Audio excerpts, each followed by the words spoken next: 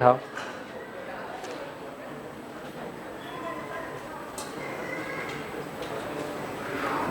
देखो, जो बात हुई थी ना कि जो भी मैं कहूँगा वो एक प्रस्ताव है, आपको मानने की ज़रूरत नहीं है, लेकिन आपको स्वनिरीक्षण करना है। जब भी कुछ कह रहा हूँ उसको देखिए अपने भीतर ऐसा है कि नहीं। उसके लिए किसी लॉजिक की ज़रूरत नहीं है, सीधा सीधा आपको अपने में दिखाई दे रहा है कि हाँ ऐसा है कि नहीं है। जी। आपने जो भी बताया ब्रेक के पहले, हाँ। उसका मतलब यही था कि जो भी एक मानव जो भी करता है वो अपने सुख के लिए करता है और अपने सुख के अलावा वो और कुछ भी चीज़ नहीं करता। या तो वो इसलिए करता है ताकि वो दुखी ना हो या फिर वो सुखी हो। तुमको ठीक लग रही है बात? हाँ। तुम ऐसे ही करती हो? हाँ। मम्मी भी ऐसी करती है। अब मम्मी कब क्या कर रही है ये तो इसका अंदाज़ा अपने को हो सकता है। जब अपने को ये देखो कोई क्या कर रहा है ये महत्वपूर्ण नहीं है, क्यों कर रहा है ये महत्वपूर्ण है। तो अभी हमको क्या कर रहा है ये दिखाई दे रहा है, क्यों कर रहा है ये समझ में नहीं आ रहा है ना। यदि हमको ये स्वीकार हो जाएगा कि मम्मी ने जो कुछ भी किया, मम्मी पापा ने जो कुछ भी हमारे लिए किया, वो हमको दुखी करने के लिए कर रहे हैं कि सुखी करने के लिए कर रहे हैं? सुखी करने के लिए। एक बात तो पक्की है। अब ये हो सकता है कि उनके सुख के मामले में समझ नहीं बनी है, ये हो सकता है, उस वजह से कुछ गलतियां हो सकती हैं। तो इसका मतलब है कि बेसिकली इंटेंशन तो ठीक है कि वो हमको सुखी करना चाहते हैं, हमको सफल होता हुआ देखना चाहते हैं, लेकिन यदि कोई क्लैरिटी नहीं है तो कोई गलती हो ही सकती है। तो ऐसे करके हम फिर एक दूसरे के साथ हमारा जो रिएक्शन है उससे अपन बच जाते हैं। गुड। हाँ जी, और बताइए, जो कुछ ब्रेक के पहले चर्चा हुआ उस पर कुछ कहना चाहेंगे?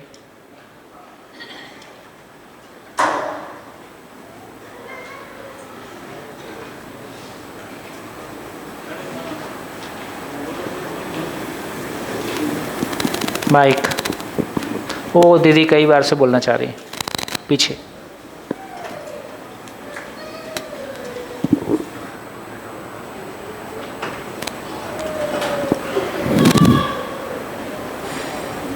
कोई माँ है और उसको एक ही लड़का है, उसको पढ़ा लिखा के वो यूएसए भेजती है। तो वो यूएसए जाने के बाद उसको सुख मिलता है कि मेरा बच्चा परदेश में गया, मगर खुद के पास अगर वो रहेगा तो उसको ज़्यादा सुख मिलेगा। भेजा तो आपने ही था। नहीं, भेजा तो हमने था, उसकी इच्छा थी इसलिए भेजा था, मगर अगर वो मेरे पास रहता तो मुझे ज़्यादा सुख मिलता। तो मैं उसके सुख के लिए भेज रही हूँ। हाँ, तो ऐसा नहीं होता क्या? उसके सुख के लिए क्यों भेज रही हो? उसकी इच्छा है। उसकी इच्छा को क्यों पूरा कर रही हो? उसकी इच्छा को उसके सुख के लिए पूरा कर रही हूँ। उसकी सुख के लिए क्यों पूरा कर रही हो? क्योंकि वो मेरा लड़का है। हाँ, फिर भी अगर वो वहाँ नहीं जाता और मेरे पास रहता तो मुझे उससे ज़्यादा सुख मिलता। हाँ, लेकिन यदि वो यहाँ रहता तो वो दुखी होता। हाँ, इसलिए वो दुखी ना हो इसलिए भेज दिया। तो वो दुखी होता, मगर यहाँ भी उसके दुखी होने से आप दुखी होती। उतनी नहीं होती जितनी वो दूर जाने से हो। हाँ, पर वो सुनने वाला भी नहीं था। हाँ, वो सुनने वाला नहीं था। आपके पास ऑप्शन नहीं है। देखो, ये कहानी काफ़ी कॉमन है। हाँ, है ना, काफ़ी कॉमन है। हम जिस जमाने के माँ बाप हैं उस समय फॉरेन कोई बड़ी चीज़ हुआ करता था। हाँ, और माँ बाप को खुद को ही लगता था कि एक बच्चा फॉरेन चला जाए तो बस सबके लिए स्वर्ग के दरवाजे खुल जाएंगे। और हम माँ बाप ने बहुत मेहनत करके अपने बच्चों को फॉरेन भेजा है, और हम भी पार्टियों में जाके बहुत खुश होकर बताते हैं कि हमारे बच्चे फॉरेन में सेटल्ड हैं। और किसी ने पूछ दिया तुम्हारे पास क्या बचा, तो मामला खतरे में आ गया। तो इसका मतलब है कि मैं नहीं कह रहा कि फॉरेन जाना गलत है, मैं तो सार और फॉरेन चला गया ये भी प्रॉब्लम नहीं है। प्रॉब्लम ये है जो दूरी हमारे बीच में है वो दूरी हमको खलती है। देखो आजकल तो स्थिति ये है कि फ़ोन से ज़्यादा अच्छी बात होती है घर में रह के कम बात होती है। कितने लोग सहमत हैं? ये देखो सब सहमत है। क्या टेक्स्ट? हाँ हाँ, वो उसकी भी हैबिट ज़्यादा, हम लोग को उतनी आदत नहीं है, पर ये बात ठीक है। तो इससे ये समझ में आया कि मानव मानव के बीच में, शरीर और शरीर के बीच में दूरी फिजिकल है, लेकिन जैसे ये मैं समझ में आने लगता है, मैं और मैं के बीच में फिजिकल दूरी होती नहीं। तो मैं ये कहूँगा कि एक पति पत्नी एक बेड पे सो के भी हजारों किलोमीटर दूर हो सकते हैं, और हजारों किलोमीटर दूर रह के भी दो लोग बहुत पास हो सकते हैं। ठीक? तो मामला अमेरिका और इंडिया नहीं है, मामला दोनों के भी, दोनों की जो प्रायोरिटी है, दोनों की जो चाहनाएं हैं। आपकी चाहना में बेटा है, लेकिन बेटे की चाहना में कुछ और है, वो दूरी खलती है ना। तो यदि वो दोनों दूरी मैच कर जाएगी तो रोज रात को 1 घंटे बात कर लो, उसमें क्या बात तो करते, वैसा नहीं कह रही मैं, हो जाए। मगर अगर मुझे अटैक आ गया तो झट से आके मुझे दवाखाने नहीं अटैक आ गया तो बेटा भी नहीं बचाएगा, वो जाना ही पड़ेगा। आपकी जाने की तैयारी नहीं है, इसलिए बेटे को याद कर रहे। तो इसका मतलब ये हुआ, ना हमारी जीने की तैयारी है, ना हमारी मरने की तैयारी है। और शरीर छूटेगा ये पक्का है, उसकी हमारी कोई तैयारी नहीं है, उसका कोई कोर्स नहीं है। तो एक बार मैंने रिटायर्ड लोगों का शिविर लिया। अरे दबाव नहीं भैया, वो रो रही और दबा रहे। वो रिटायर्ड लोगों का शिविर लिया, उसमें मैंने उनको बताया जीना क्या है। तो बोले भाई जी हमको जीना मत बताओ, अभी बताओ मरना कैसे है।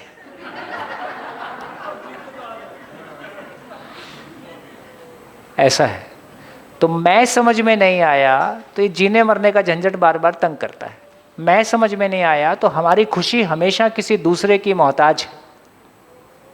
मैं समझ में आ जाए तो हमारी खुशी पे अपना ताज आ जाए, वो फिर ताजगी बनी रहती। तो खेल मैं का है, वही हमको बार बार बाहर दिखाई देता है।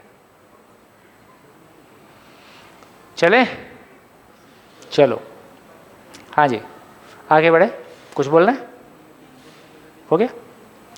तो आगे बढ़ते हैं। तो देखिए ब्रेक के पहले हमने जो चर्चा किया, एक तो ये ध्यान में आ गया कि जीवन रूप में सभी समान हैं। दूसरा ये ध्यान में आ गया कि मैंने आज तक जो कुछ भी किया मेरे सुखी होने के लिए किया। इसका ये मतलब नहीं है कि मैं स्वार्थी हूँ, इसका ऐसा मतलब नहीं है। तो मैंने जो कुछ किया, तो मैंने कहा कि किसी का सुख इतना बड़ा हो सकता है कि सारी दुनिया का सुख उसमें समा जाए, और किसी का सुख इतना संकीर्ण हो सकता है, छोटा हो सकता है कि पूरी दुनिया का दुख उसमें समा जाए। कोई एटम बम फोड़ दे, सारी दुनिया मरेगी। तो इसका मतलब ये हुआ कि इसमें स्वार्थी और बेस्वार्थी होने से मतलब नहीं है। हमको क्रिया के रूप में देखना है कि क्रिया के रूप में, नियम के रूप में क्या घट रहा है, क्योंकि नेचर में जो कुछ भी हो रहा है वो किसी नियम से हो रहा है। तो मैं जो कर रहा हूँ, मैं जो सोच रहा हूँ, उसका भी कोई नियम होगा, उस नियम को हम पकड़ने की कोशिश कर रहे हैं। तो ब्रेक के पहले कम से कम हम इतना पकड़ पाए कि हम बचपन में रहें, कि हम बुढ़ापे में रहें, कि हम जवानी में रहें, कि हम सोचें, कि बोलें, कि करें, उस सब के पीछे एक ही मोटिवेशन है कि मेरी सुख की तलाश। जिसको दारू में सुख दिखाई देता है वो दारू में जाता है, जिसको ज्ञान में दिखाई देता है वो ज्ञान में जाता है, जिसको संबंध में दिखाई देता है वो संबंध में जिसको परिवार में दिखाई देता है वो परिवार में आता है, जिसको परिवार के बाहर दिखाई देता है वो बाहर चला जाता है। तो हर मानव जो कुछ भी कर रहा है मूल में अपने सुख की तलाश में कर रहा है। अब उसको सुख की समझ नहीं है, बस प्रॉब्लम इतनी है। तो वो किसी गलत तरीके से सुखी होने की कोशिश करता है। इसमें कुछ लोग दुखी हो रहे हैं। यदि उसको सही तरीका समझ में आ जाता है, उसका इतना ही मतलब है कि हम उसको सही तरीका नहीं समझा पाए। इतनी तो बात हुई। तो इसका एक ही मतलब हुआ कि हम पूरी मानव जाति को, सारा धर्म, अध्यात्म, विज्ञान, टीचर, माँ बाप सब मिलके एक ही चीज़ समझना है, एक ही चीज़ समझाना है कि भाई ये सुख है क्या। मानव बेसिकली सुखी होना चाहता है। यदि उसको सुखी होने का सही तरीका समझ में आ जाए तो क्या वो गलती करना चाहेगा? तो एक ही बात समझ में आई कि हम सुखी होना चाहते हैं, ये नेचुरल है, इसको हम रोक भी नहीं सकते हैं, लेकिन सुखी होने का सही तरीका हमको पता नहीं है, इस वजह से हम बहुत सारी गलतियां करते हैं। एक और बढ़िया इसमें पहलू है, वो और आपके ध्यान में आ जाए। देखो, अब ये समझ में आ गया कि मानव जो कुछ भी करता है अपने सुखी होने के लिए करता है। इसका दूसरा मतलब ये है कि मानव जो कुछ भी कर रहा है सामने वाला, वो मेरे को दुखी करने के लिए कर रहा है कि अपने सुखी होने के लिए कर रहा है। इससे क्या निकलेगा? इससे क्या निकलने वाला है?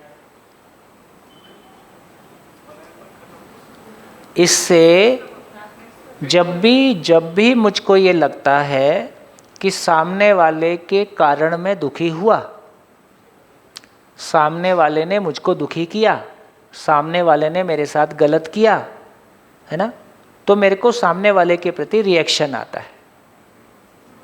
यदि मेरे को ये स्वीकार हो जाए कि उसने जो कुछ किया अपने सुखी होने के लिए किया, मुझको दुखी करने के लिए नहीं किया, लेकिन उसको सुख की समझ नहीं है, तो उसने कुछ ऐसा किया जिसकी वजह से मैं दुखी हुआ और वो भी सुखी नहीं हुआ,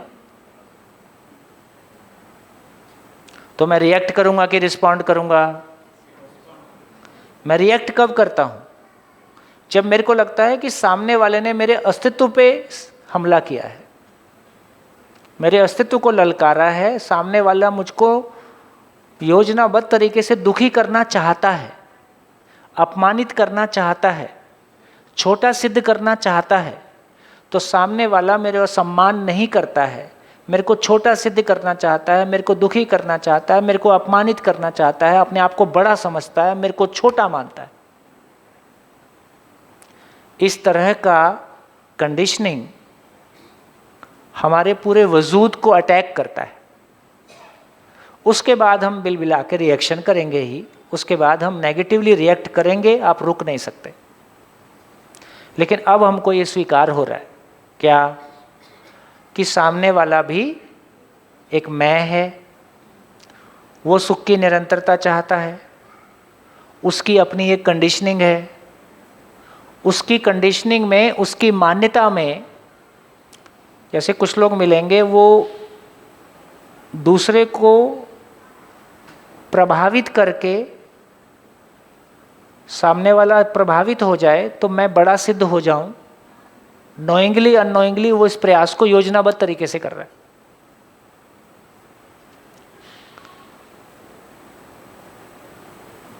इसके पीछे कारण क्या है? क्योंकि मेरी पहचान का कोई निरपेक्ष आधार मेरे पास नहीं है। ये जो अभी आप बात कर रहे थे, मेरी पहचान का कोई निरपेक्ष आधार मेरे पास नहीं है, तो किसी से भी बात करते समय या तो वो बड़ा है या तो मैं बड़ा हूं, तो या तो वो मेरे को अपने प्रभाव में लेगा या मेरे को उसको अपने प्रभाव में लेना है, या तो वो मेरे को छोटा साबित करेगा या मेरे को उसको छोटा साबित करना है, कुल मिला के मुझको बड़ा साबित करना है।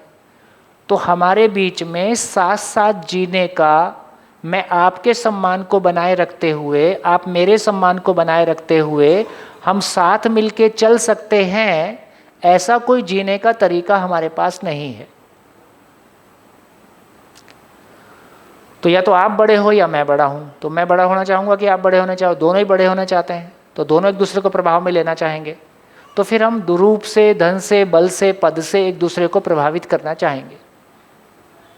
तो ये जो अंदर से अंदर स्ट्रगल चल रही है कि मैं आपको प्रभावित कर दूं, आप मेरे को प्रभावित कर दो, इसमें जीना होगा कि एक दूसरे के साथ हमारा कॉम्पिटिटिवनेस है, एक दूसरे के साथ, है ना, स्ट्रगल है, ये अपनी पहचान का संकट है।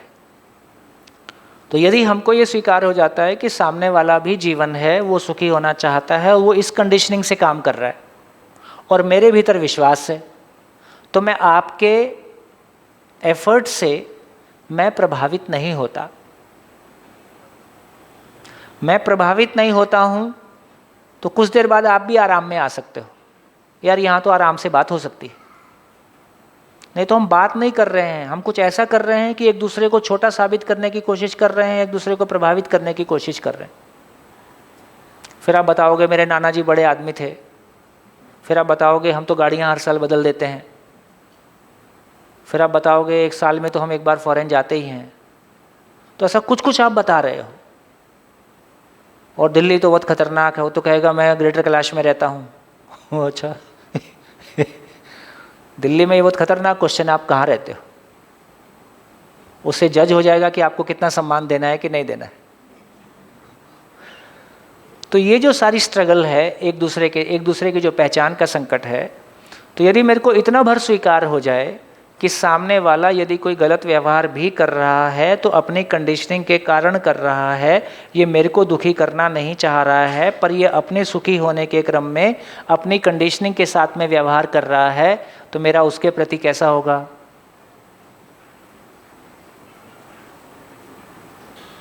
याद आ रही अपनी ज़िंदगी घटनाएं? कितने लोगों को अपनी ज़िंदगी घटनाएं याद आ रही हैं ये सुनते हुए? कोई शेयर कर सकता है?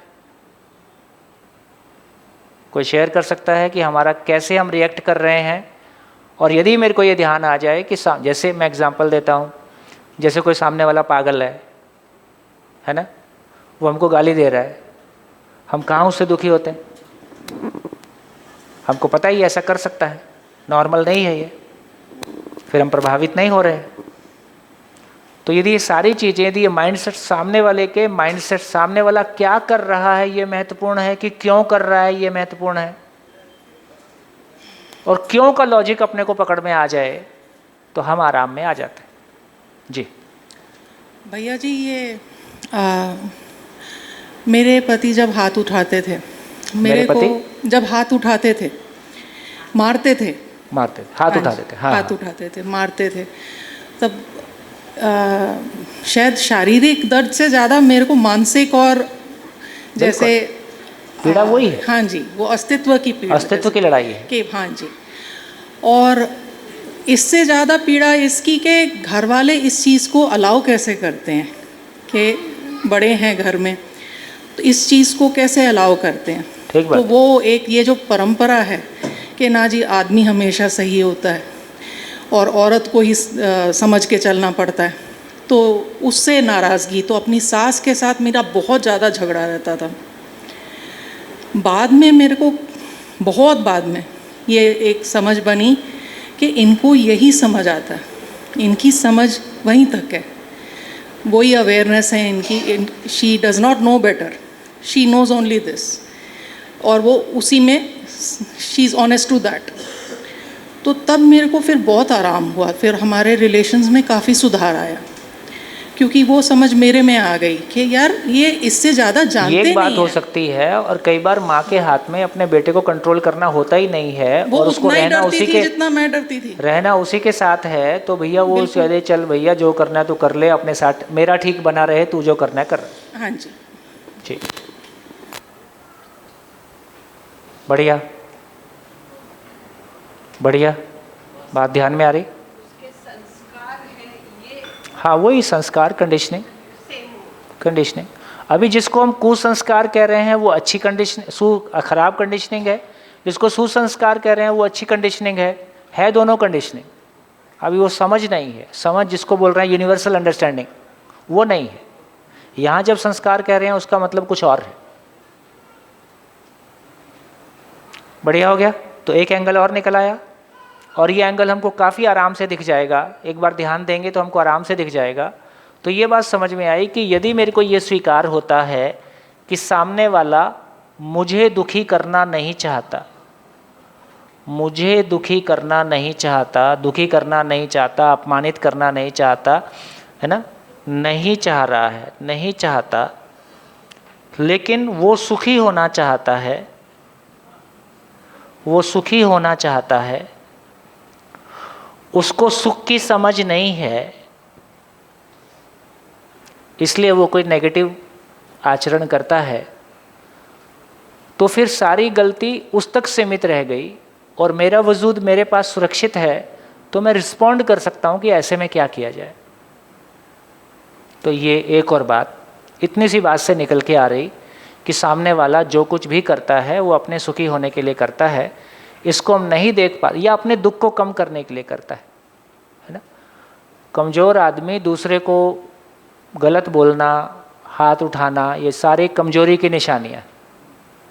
उसके भीतर कोई खालीपन है ना, वो हाथ उठा के दूसरे को डोमिनेट करके अपने भीतर का जो इन्फीरियरिटी कॉम्प्लेक्स है, अपने भीतर का जो, उसको कवर दे रहा है। लेकिन हमको भी संवाद करना नहीं आता है, ऐसे में संवाद बहुत पावरफुल होता है। तो सामने वाले की बात को सुन के चिल्ला देना या सामने वाले की बात को सुन के चुप रह जाना, दोनों ही अयोग्यता है, दोनों ही अयोग्यता है। सामने वाले की बात को सुन के पहला काम है प्रभावित ना होना, दूसरा काम है कि इस तरह से कुछ होना कि सामने वाले की अयोग्यता योग्यता में बदल सके।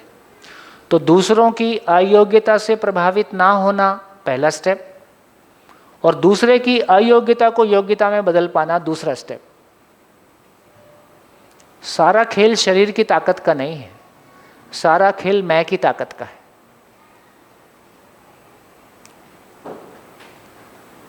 अभी हमको परिवार में जब मैं की समझ नहीं है तो हमको संवाद करने की क्लैरिटी नहीं है, संवाद करने का कॉन्फिडेंस ही नहीं है। तो या तो हम चिल्ला देंगे या हम चुप हो जाएंगे, या तो हम बात करना बंद कर देंगे या हम रो के गा के चिल्ला देंगे।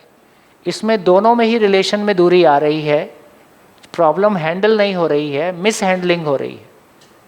और मेरे को लगता है कि एक और महत्वपूर्ण बात है, जिंदगी में कोई भी समस्या जब शुरू होती है तो बहुत छोटी होती है। जिंदगी में कोई भी समस्या जब शुरू होती है तो बहुत छोटी होती है।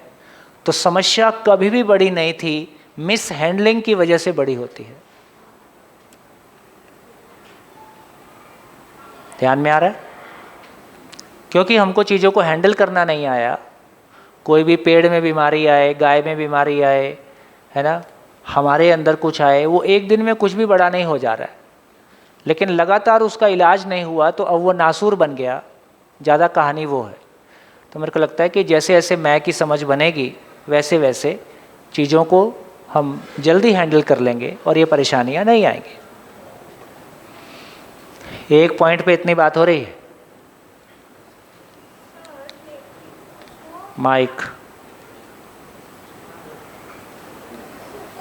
माइक दो भाई।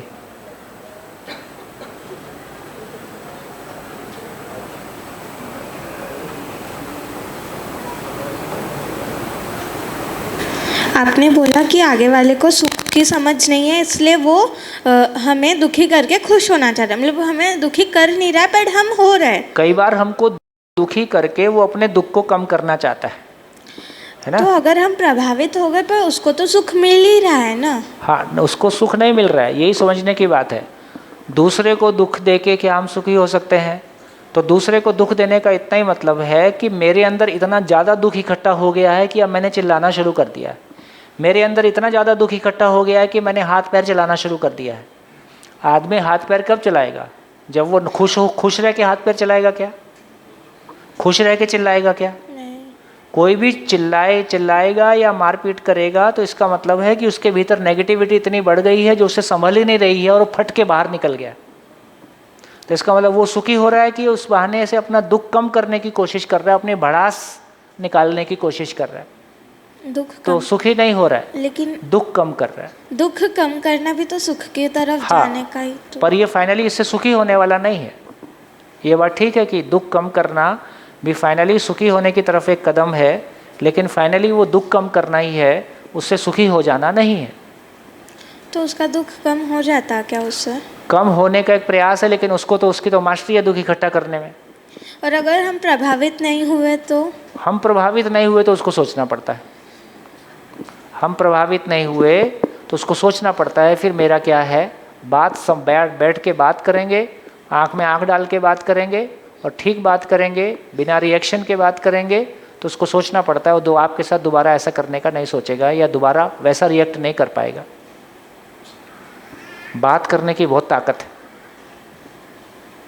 जैसे मैं आपके साथ क्या कर रहा हूँ, बात ही तो कर रहा हूँ। है ना। मैं थोड़ी कह रहा हूँ कि आप गलत हो, आप अपने आप को बदलो, आपको ठीक होना चाहिए, आप ठीक। मैं तो कह रहा हूँ भाई संसार में प्रकृति का नियम ऐसा है, आप देख लो, आप देखते हो तो वैसे ही दिखता है। तो ये इतना बड़ा 6-4 का आईना है जिसमें आपको अपनी मान्यता की फ़ोटो दिखाई देती है, आपको अपनी फ़ोटो दिखाई देती है, आपको वो अधूरी दिखाई देती है, आप ठीक करने के लिए तैयार हो ही जाते हो। बढ़िया, मैं भी बात ही तो कर रहा हूँ, बस आप भी ऐसे ही कर सकते हो।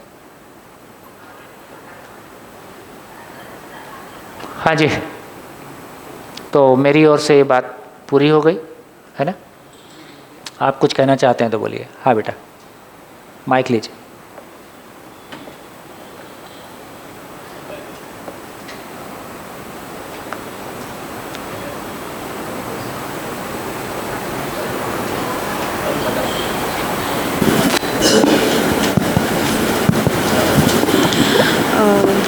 सर मेरा एक्चुअली एक प्रश्न था, 3 प्रश्न थे एक्चुअली।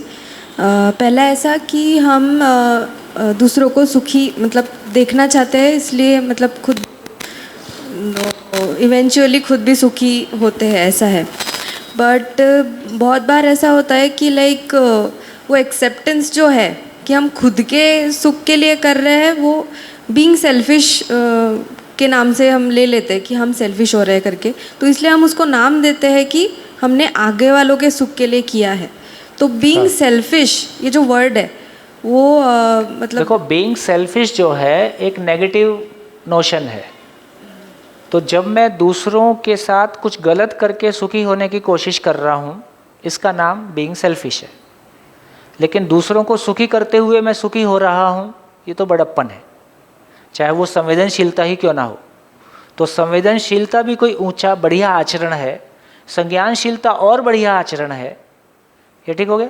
तो सेल्फिश को, इसको सेल्फिश ना देख के इसको नियम के रूप में देखा जाए कि ये अस्तित्व में नियम है कि मूलतः ही जो मैं नाम की एंटिटी है इसमें सुख की तलाश है, और मानव जो कुछ भी करता है उस सुख की तलाश में करता है। इसको नियम के रूप में समझा जाए। और सर एक ऐसा था कि सेकंड क्वेश्चन कि बहुत से पुस्तकों में या फिर बोलते हुए हमें कैसे कहते हैं कि मैं मतलब अहंकार। हाँ, ऐसा इसलिए मैं शब्द अहंकार से जुड़ता है, आत्मा नाम मिस्ट्री से जुड़ता है, इसलिए यहाँ नया नाम रख दिए जीवन, ताकि दोनों ही यूज़ ना करना पड़े। तो आने वाले समय में मैं शब्द को कम यूज़ करूँगा। जीवन, मेरा नाम जीवन है, क्योंकि मैं जीना चाहता हूँ। कौन जीना चाहता है? मैं जीना चाहता हूँ। शरीर तो एक दिन मरता ही है, शरीर तो रोज़ ही मर रहा है, ठीक है, एक दिन ज़्यादा मर जाता है। तो इसका मतलब मैं जीना चाहता हूँ, इसलिए मेरा नाम जीवन है। तो धीरे धीरे हम जीवन शब्द से शरीर को चलाने वाली जो रियलिटी, जिसको मैं, रूह, आत्मा कुछ कुछ कहने की कोशिश की, जिसको हम वहाँ नहीं पहचान पा रहे थे, उसको हम जीवन कहेंगे, उसको एक नाम देंगे। Sure sir, that answers my question. And third question is कि अभी निरंतरता जो शब्द है उसका इटर्निटी से कुछ निरंतरता मीन्स शाश्वत। हाँ, तो निरंतरता मीन्स हमेशा, ऑलवेज, पेरिनियल, कॉन्टिन्यूअस। तो मतलब हम वो मतलब जब हम मर जाएंगे उसके बाद में भी कैरी ऑन होगा ऐसा? हाँ, मतलब मैं नाम की जो चीज़ है ना, तो वो हमेशा बना ही रहता है। शरीर है तो शरीर के साथ है, शरीर नहीं तो शरीर के बाद भी है। अब ये किसी को नहीं स्वीकार हो रहा हो तो आप अभी इसको कंसिडरेशन में रखें कि वे ऐसा बोला गया, पर मैं सहमत नहीं हूँ, वक्त आने पे देखेंगे। Okay sir, thank you sir. हाँ जी, हाँ जी, माइक।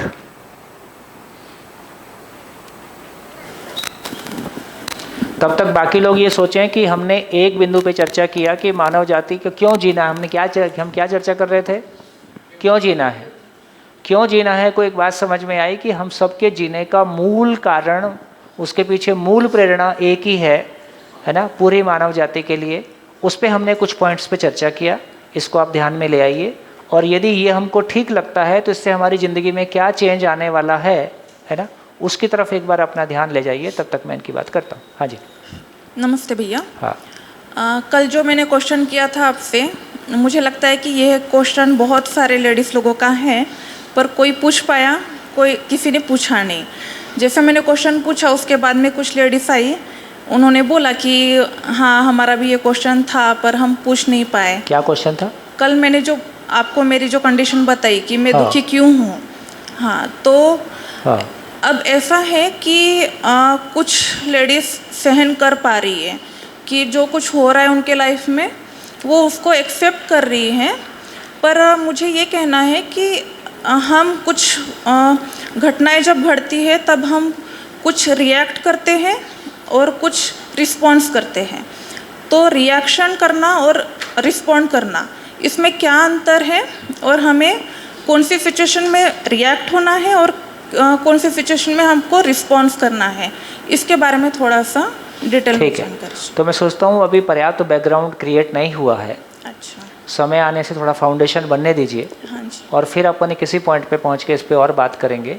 लेकिन ये बात ठीक है, सूत्र इतना ही है कि एक होता है स्व प्रभावित होना, एक होता है पर प्रभावित होना। एक होता है स्व मूल्यांकन, एक होता है पर मूल्यांकन। स्व मूल्यांकन इंग्लिश में बोलेंगे तो सेल्फ असेसमेंट। तो जब मेरे पास स्व मूल्यांकन नहीं है तो मेरी पहचान क्या है? देखो अभी मेरी स्थिति ये है कि मेरी पहचान ये है कि मेरा पति मेरे को प्यार करता है, मेरी सास मेरे को प्यार करती है, मेरा परिवार मेरे को चाहता है, मेरे ये लोग मेरे को चाहते हैं और मैंने ये सब पैसा कमाया और मेरी ये योग्यता। तो बेसिकली मेरी पहचान के सारे फैक्टर एक्सटर्नल हैं, इनसे मिला के मेरी पहचान, मैं एक बेटी हूँ, मैं एक माँ हूँ, मैं एक पत्नी हूँ, मैं एक पति हूँ, ऐसे मेरी सारी ये पहचान मिला के मैं मानव हूँ। लेकिन इन सारी पहचान को हटा दें तो मेरे पास पहचान नहीं है। इसलिए मैंने बोर्ड पे लिख के रखा है कि मेरे पास कोई निरपेक्ष पहचान मेरे पास नहीं है। जिस दिन ये निरपेक्ष पहचान आ जाती है उसके बाद मान लो मेरी पत्नी वाली पहचान हिल गई, सामने वाले का अफेयर हो गया, अब उसके जीवन में मेरा वजूद, उसके जहन में मेरा वजूद वैसा नहीं रहा है ना। वो एक फिल्म थी ना, मेरे को डायलॉग बड़ा अच्छा लगा था, वो थी वो तुमने हमारा गरूर छीन लिया, है ना, बाजीराव मस्तानी का है, बाजीराव, है ना। मतलब कोई शिकायत भी करनी है तो उसका भी कोई अंदाज होता है, क्या रोग आके शिकायत करना। यानी रिस्पॉन्ड किया उन्होंने, हाँ, रिएक्ट नहीं ये किया। उसने अपनी बात को एक सम्मानजनक लहजे में कहा, हाँ, है ना। उसमें दिख रहा है कि उसका कॉन्फिडेंस लूज नहीं हो रहा है, पर तुमने मेरा गुरूर छीन लिया। तो जो मेरी पहचान थी तुमने मेरे से वो पहचान छीन ली।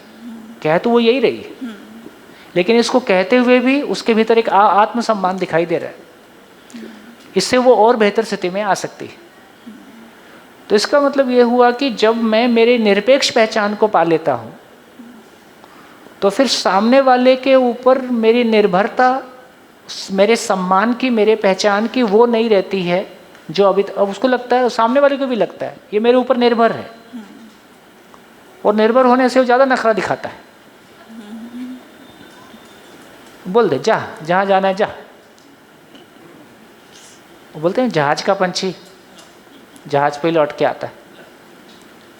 तो इसका मतलब ये भी है कि बेसिकली अब उसके देखो दो रीज़न है। तो उसके कॉन्सेप्ट में जो उसने जो कुछ भी किया सुखी होने के लिए किया।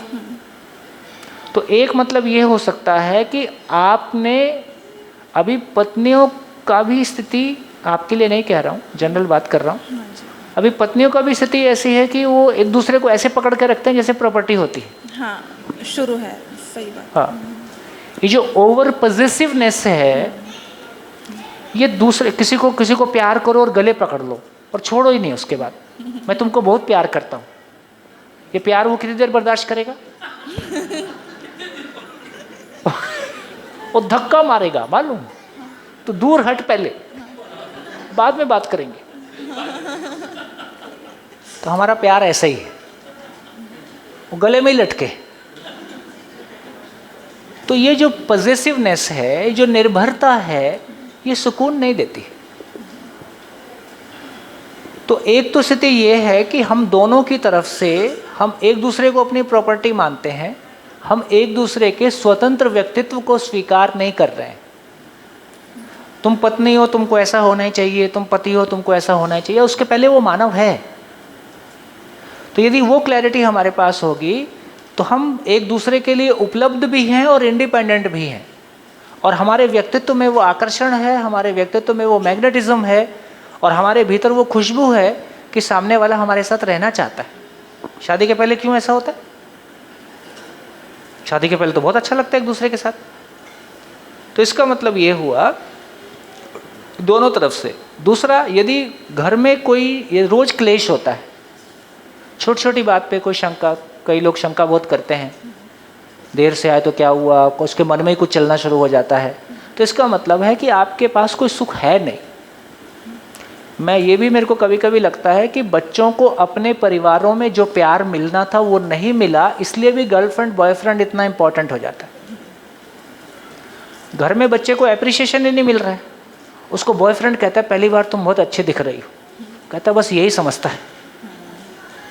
तो ये जो प्यार आदमी की ज़रूरत है, वो प्यार अपने परिवार में, वो प्यार अपनों से ठीक से मिल जाए, सही अर्थों में मिल जाए, तो आदमी के भीतर उस प्यार को लेके, जैसे जिन लोगों को खाने को नहीं मिला ना, है ना, हम देखते थे हमारे गांव में जो लोग मजदूरी करने बाहर से आते थे, वो लोग 5-10 रोटियां खाते थे, क्योंकि वो जहाँ से आए उनको खाने का भी क्राइसिस था। जब किसी व्यक्ति को कोई चीज़ की क्राइसिस रहती है तो आउट ऑफ इनसिक्योरिटी वो ज़्यादा खाता है, और जैसे जैसे उसको लगता है कि जब खाने को होगा अपने को मिल जाएगा, तो हमारे भीतर वो इनसिक्योरिटी खत्म होती है, तो हमारी डाइट भी कम हो जाती है। उसी तरह से जब आदमी को कोई अपनापन और प्यार नहीं मिला है तो उसके भीतर वो इनसिक्योरिटी है और वो फिर कहीं और जाएगा। अब या तो हस्बैंड के भीतर की स्थिति ऐसी है कि वो आपको नहीं समझ पा रहा है, तो इन सारे समीकरणों को मिला के यदि अपने को सोचना आता होगा तो हम उतने नहीं घबराएंगे, उतने परेशान नहीं होंगे, तो मैं अपने मैं को पहचानते होंगे, तो फिर प्रॉपरली क्या करना है हम वैसा बिहेव करेंगे। तो अप्रभावित रहते हुए जब हम व्यक्त होते हैं, इसका नाम रिस्पॉन्ड है। प्रभावित होने के बाद जब हम व्यक्त होते हैं, इसका नाम रिएक्शन। तो आपको इतना ही चेक करना है कि इस घटना से मैं प्रभावित हुआ कि नहीं हुआ। प्रभावित हो गया, नेगेटिवली प्रभावित हो गया, तो अभी रुक जाओ, अभी कुछ भी बोलेंगे गड़बड़ी होने वाली है। तो जब तक अपने में नॉर्मल नहीं है तब तक फिर हम नॉर्मल संवाद नहीं कर पाएंगे। तो क्या मतलब हुआ, मैं पत्नी बाद में हूँ, बेटी बाद में हूँ, पहले मैं एक मानव हूँ। अपने को मानव के रूप में पहचान पाना के बाद फिर मैं एक बेटी का और पत्नी के रूप में कैसे जीऊँगी, तब मैं उसको पहचान पाऊँगी। ये रिएक्ट और रिस्पॉन्ड में अंतर है। तो अभी मैं मानव नहीं हूँ, बाकी सब हूँ, ये नहीं चलेगा। अपने मानव होने को पहले पहचान पाना, फिर मैं एक बेटी हूँ, और फिर मैं एक माँ हूँ, और फिर मैं एक टीचर हूँ, फिर मैं एक प्रोफेसर हूँ, फिर मैं सब कुछ हूँ। मानव मिसिंग है, फिर बाकी सब जगह कम ज़्यादा होने वाला है। चलिए, तो मेरे को लगता है कि ये बात पूरी हो गई, काफ़ी सारे पॉइंट्स आए। आज ब्रेक में जब जीडी में बैठेंगे तो चर्चा करेंगे। अब यहाँ पहुँचे कि फाइनली सुख क्या है। फिर यदि सारा कुछ सुख के लिए ही हो रहा है तो फिर सुख है क्या। अभी की चर्चा करें तो हम सब के लिए सुख एक है कि अलग अलग है। अपना तो सब अलग अलग है, छत एक है, बार बार झगड़ा उतना ही है। तो इसका अर्थ यह हुआ कि यदि हम सब का सुख अलग अलग है तो मेरा सुख आपका दुख हो सकता है, और आपका सुख मेरा, और फिर मेरा सुख वही रहता है कि मेरा सुख भी बदलता रहता है और सामने वाले का सुख भी बदलता रहता है। बस इतना ही झंझट है। तो यहाँ फिर से एक सूत्र जो पहले भी आ गया था, फिर से मैं लिख देता हूँ। तो सुख क्या है, तो दुनिया के सभी मानव के लिए, दुनिया के सभी मानव के लिए स्वीकृति के भाव में जीना ही सुख है। स्वीकृति के भाव में जीना सुख है, इसलिए स्वीकृति बराबर सुख है। इसलिए अस्वीकृति बराबर दुख है। असहमत होने का प्रयास करें। दुनिया के सभी मानव के लिए आज और अभी सुखी होने का नियम एक है। इसके पहले हमने क्या चर्चा किया? दुनिया के सभी मानव के लिए क्यों जीना है उसका नियम एक है। और ये चर्चा साथ में रखें कि दुनिया के सभी लोग जो कुछ भी करते हैं समस्त प्रयास केवल और केवल सुख के लिए है, लेकिन सुखी होने के लिए सुखी होने की समझ क्या है ये समझेंगे। सुखी होने के लिए करना क्या है ये सबके लिए, तो सभी मानव के लिए सुख एक है, मूल चाहत एक है, लेकिन भूमिकाएं अनेक हैं, है ना। कोई एक मानव के रूप में डॉक्टर होगा, कोई एक मानव के रूप में, है ना। हम अनेक भूमिकाओं में होंगे, लेकिन समझ उसके पीछे एक होगी, चाहत उसके पीछे एक होगी, लेकिन भूमिकाएं अनेक होंगी। और भूमिकाएं फाइनली अनेक कहाँ जाके होंगी? जो मानव लक्ष्य की बात किया था मिट गया है ना। मानव लक्ष्य सबके लिए एक है, मानव लक्ष्य में अनेक भूमिकाएं। मानव लक्ष्य मतलब सभी मानव समझदार हो जाएं, समाधानित हो जाएं, सभी परिवार समृद्ध हो जाएं, समाज भय से मुक्त हो जाए, प्रकृति में संतुलन हो जाए। इससे ज़्यादा, इससे कम में खत्म। तो मूल चाहत भी एक है, सभी मानव का लक्ष्य भी एक है। इस लक्ष्य के लिए हम सबकी भूमिकाएं अनेक हैं। यदि सबको समझदार होना है तो शिक्षा की भूमिका कितनी बड़ी होगी? सब परिवार में समृद्धि होगी तो सबको स्वस्थ रहना है, तो सभी समझदार हों, सब स्वस्थ रहें, सबको कोई चीज़ की कमी ना हो, तो धीरे धीरे अनुसारी, तो उसके लिए हमारी भूमिकाएं अनेक होंगी। हाँ जी, चलिए वापस आ जाइए। सुख क्या है? स्वीकृति के भाव में जीना सुख। तो हर क्षण का हिसाब हो गया। जिस क्षण स्वीकृति उस क्षण सुख, जिस क्षण अस्वीकृति उस क्षण दुख। जितनी गहरी स्वीकृति उतना गहरा सुख, जितनी लंबी स्वीकृति उतना लंबा सुख, और निरंतर स्वीकृति तो निरंतर सुख। जय हो। काम हो गया, नियम समझ में आ गया। हाँ जी बोलिए। माइक, आप खूब असहमत होने की कोशिश करें। हाँ जी, आगे माइक दीजिए, आगे आगे थोड़ा खड़े हो जाएंगे। हाँ, आप आज पहली बार आए कि रोज आ रहे? दूसरी बार आए? मुझे ये पूछना था, स्वीकृति माइक स्वीकृति सुख है ये बोला आपने। माइक चालू है? हाँ, स्वीकृति सुख है ये बोला। It is not about me. जैसे मैंने अभी सुना, दो लेडीज़ ने जो अपना उनके साथ जो हुआ वो इंसिडेंट आपको बताया, उस चीज़ में भी स्वीकृति होनी चाहिए। एक ने बोला कि उनके हस्बैंड ने चीटिंग की थी, वो स्वीकृति सुख कैसे हो सकता है? आप ठीक बोल रहे हैं। दूसरे लेडी ने बोला कि उनको हाथ उठाया जाता था, वो चीज़ की स्वीकृति सुख कैसे हो सकता है? बिल्कुल ठीक है, बिल्कुल ठीक है, बिल्कुल ठीक है। तो आप ठीक बोल रही हैं। आप थोड़ा एक स्टेप आगे चले गए। पहले इसको चर्चा करें कि जिस क्षण स्वीकृति उस क्षण सुख, जिस क्षण अस्वीकृति उस क्षण दुख। ऐसा है नहीं है, पहले इसको चेक किया जाए, फिर आगे हिसाब किताब करेंगे। इसको चेक करें। अभी आपका दुख क्या है कि कोई चीज़ मैंने कुछ कहा और वो आपको स्वीकार नहीं हो रहा है। अस्वीकृति बराबर दुख। फिर से मैं कहूँगा, आप बिल्कुल बारीक सोचिए और असहमत होने का आधार निकाल के लाइए। सहमत होने की कोशिश ना करें।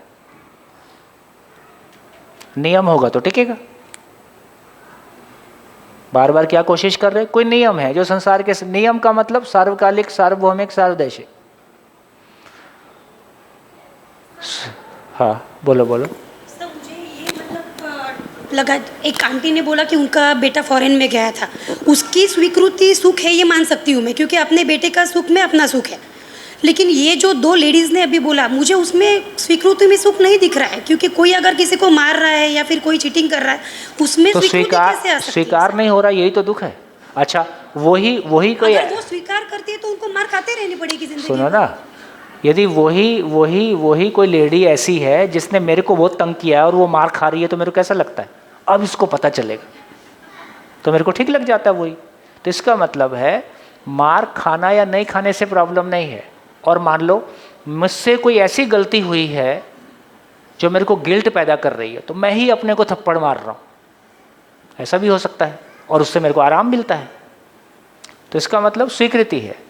यदि मेरे को अपने आप को, और यदि मुझसे गलती हुई है और सामने वाला, मैं NIT इंजीनियरिंग कॉलेज के वर्कशॉप करता था, वो बहुत शैतानियाँ करते थे बच्चे, तो मैं उनसे हमेशा बात ही करता था या कभी बात करना बंद कर देता था।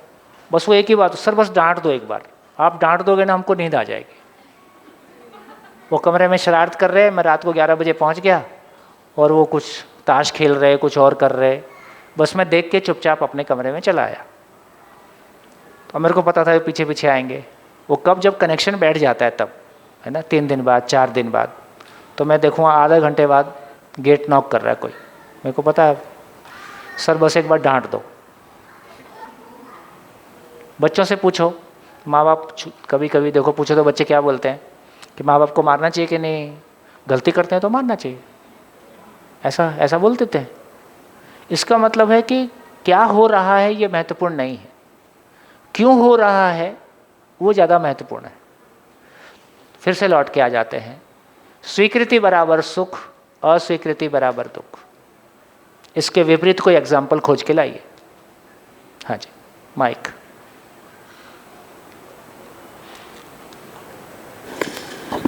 सर, एक सिचुएशन आई थी मेरे लाइफ में 2014 में। पापा को मेरे कैंसर डिटेक्ट हुआ। मतलब पहले उनको खाना वाना बंद हुआ, थोड़ा तकलीफ हो रही थी, तो हम लेके गए नागपुर। तो ऑपरेट करने के लिए डॉक्टर ने बोला, तो उनको स्लाइटली लगा माइनर है तो हो जाएगा क्योर, पर जब वो देखा तो फैल गया था सब तरफ। तो अब वो हमको स्वीकार ही नहीं हो पाया। जब डॉक्टर ने बोला कि 6 महीने के ऊपर आपके पेशेंट रहेंगे नहीं, तो हम तो उसको स्वीकार ही नहीं कर रहे थे। और हमको एक दिक्कत वाला काम ये था कि पापा को हमने पता नहीं चलने दिया, क्योंकि मेरे मतलब जो दादाजी है वो भी कैंसर से गए, तो उनका पूरा ट्रीटमेंट पापा ने यंग एज में किया था, तो उनको वो पूरा मुंबई का ट्रीटमेंट कराना। तो हमको ये डर था अगर उन्होंने सब देखा था प्रोसीजर क्या है, तो ऐसे ही बोलते थे वो, मतलब जब नहीं भी हुआ था तब, कि ये बीमारी इतनी डेंजर है, या अगर किसी को होती है तो उसने ट्रीटमेंट भी नहीं करना, ट्रीटमेंट से और ज़्यादा तकलीफ होती है, वैसा ही उसने चले जाना। तो हमारे लिए वो बहुत बड़ा एक धर्म संकट था कि जो भी लोग मिलने आते थे तो उनको हम पहले ही बोल देते कि ये बात डिस्क्लोज मत कीजिए हमारे पापा को कि आपको कैंसर है। और अभी भी ऐसा लगता कि क्यों स्वीकार करें हम, क्योंकि उनकी हेल्थ इतनी अच्छी थी। तो प्रॉब्लम क्या है? 22 साल हो। तो आप क्या कह रहे हो, स्वीकार नहीं हो रहा है, यही दुख है। हाँ, बस तो वही तो कह रहे हो। नहीं, अगर स्वीकार भी कर रहे तो सुख तो नहीं होता। अभी मैं उसकी चर्चा कर ही नहीं रहा, अभी तो मैं केवल चर्चा कर रहा हूँ जिस क्षण स्वीकृति उस क्षण सुख, जिस क्षण अस्वीकृति उस क्षण दुख। ऐसा होता है नहीं होता है, हैंडल कैसे करेंगे वो बात की बात है। पहले नियम चेक कर लें ऐसा है कि नहीं। हाँ जी, और बोलिए, दम लगाओ, दम खोज के लाओ, कोई एग्जाम्पल खोल के लाओ जिसमें अस्वीकृति बराबर सुख और स्वीकृति बराबर दुख ऐसा निकल जाए, ऐसा एग्जाम्पल खोज के लाओ।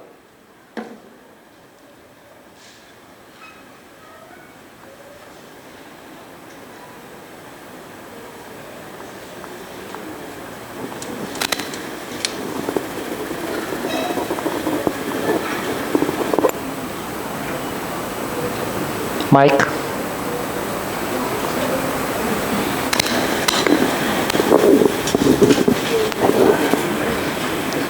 यहाँ मैं एग्ज़ाम्पल तो नहीं देना चाहूँगी अस्वीकृति बराबर सुख का, लेकिन जब हमारी मेंटल स्टेबिलिटी आ जाती है और जब भाव और विचार बिल्कुल हमारे कंट्रोल में रहते हैं तो ऐसा पॉसिबल है। हाँ, तो वो तो आप सपोर्ट में बोल रही हो। हाँ, तो अस्वीकृति रही तो भी आई कैन बी सुखी, प्रोवाइडेड। हाँ, वो आपने कैसे हैंडल किया वो अलग बात है। फाइनली हैंडलिंग भी स्वीकृति को स्वीकार कर पाए, इसी का नाम सुख। अस्वीकृति को स्वीकार कर पाए, बीइंग ए डॉक्टर लोग बोलते हैं कि अचानक मर गया, आपको पता है अचानक नहीं होता है, तो आपको पता है कि ये प्रॉब्लम हुई, ऐसे आदमी गया, तो इसका मतलब है कि जो दूसरे के लिए अस्वीकृति है, बीइंग ए डॉक्टर, वो आपके लिए स्वीकृति है, तो आप उसमें परेशान नहीं हो रहे हो। या अपनी ज़िंदगी में कोई अस्वीकृति थी जिसको समझपूर्वक मैं स्वीकार कर पाया, ये किसी नियम से हुआ, जो स्वीकार कर पाया, इसी का नाम सुख है। हाँ, लेकिन अस्वीकृति हमने स्वीकार कर पाए, वो नॉलेज के बेसिस पे कर पाए। हाँ, नॉलेज के बेसिस पे कर पाए, लेकिन बेसिकली फिर फाइनली स्वीकृति बराबर सुखी है। हाँ, लगाओ।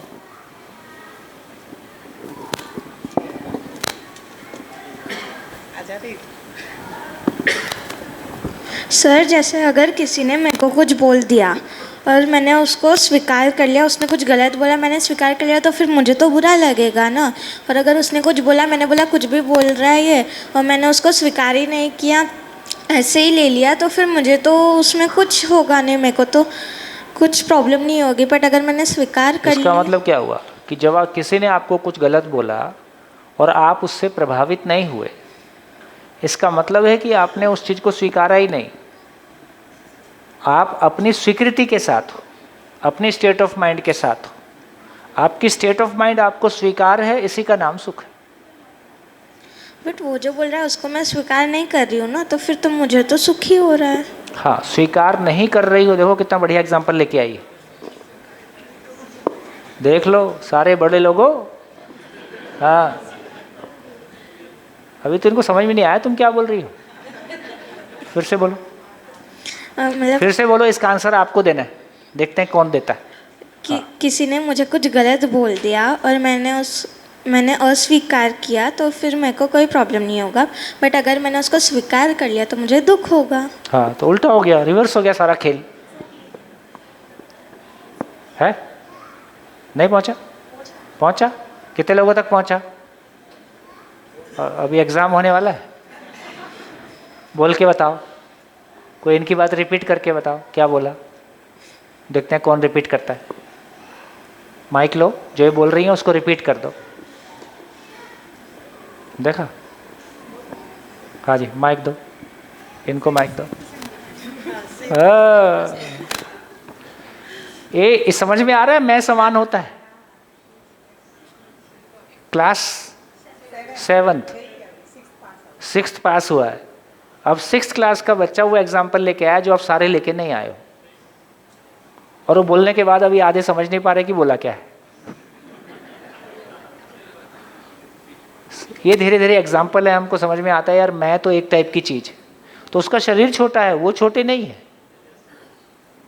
उसका शरीर अभी छोटा है लेकिन वो छोटी नहीं है, वो तो बड़ी है। किसी ने मुझे कुछ बोला या कुछ पर्टिकुलर बिहेवियर किया जो मुझे अस्वीकार्य है, तो भी मैं उसमें खुश हूँ क्योंकि वो मुझे अस्वीकार्य है। अगर मैं उसको स्वीकार लेती हूँ उसके बिहेवियर को, तो मैं दुखी हो जाती हूँ। Reaction and respond. हाँ, तो अब इसका आंसर रिस्पॉन्स क्या होगा, इसको हैंडल कैसे? इसका फिर नियम काम इनके हिसाब से, मैं अस्वीकार किया तो सुखी हुई और मैंने स्वीकार किया तो दुखी हुई। शानदार। इसका आंसर कौन देगा? अब आंसर दे दो।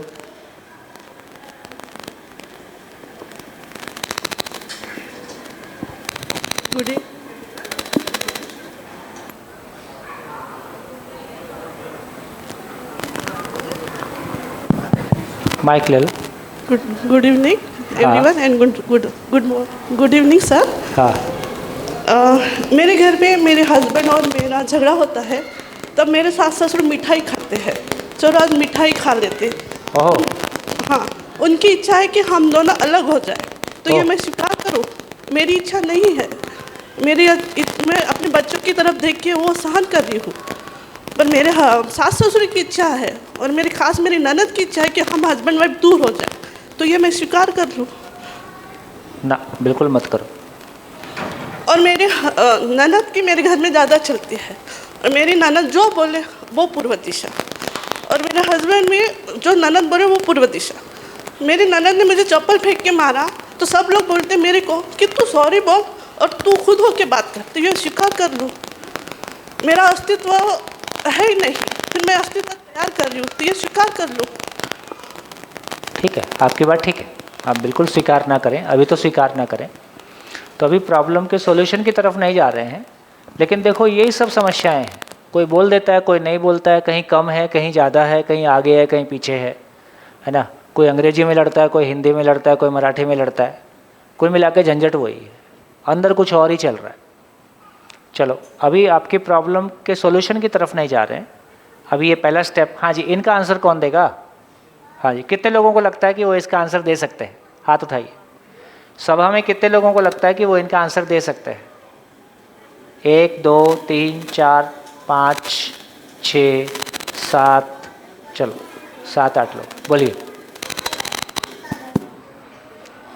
बिटिया ने कहा थोड़ा कि माइक ऊपर। स्वीकृति, अगर कोई अपने को गलत कहता है या गलत गाली गलौज करता है, अगर वो अपन ने स्वीकार किया तो फिर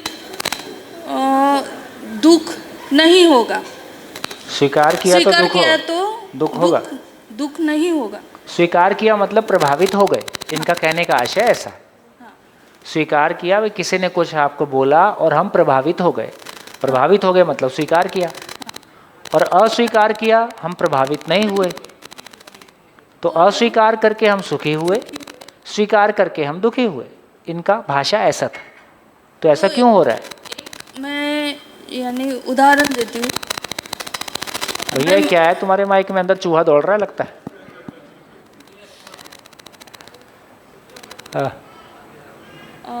मी एक मराठीत बोलते, हाँ, मराठी क्लिअरली सांगू शकेल। हाँ मी एक गव्हर्नमेंट सर्वंट आहे, तर आमच्या बॉसने रागवलं आम्हाला, मीटिंगमधून आले रागवलं, त्याच्यानंतर आम्ही असं म्हणतो की यांचं काहीतरी घरी भांडण झालं असेल किंवा वांग्याची भाजी खाल्ली असेल। हाँ, ऐसे हम बोलते हैं बाकी कर्मचारी, और यानी ऊपर के जो अधिकारी है उन्होंने इनको डांटा होगा, ये हमको ट्रांसफ़र कर रहे हैं बस।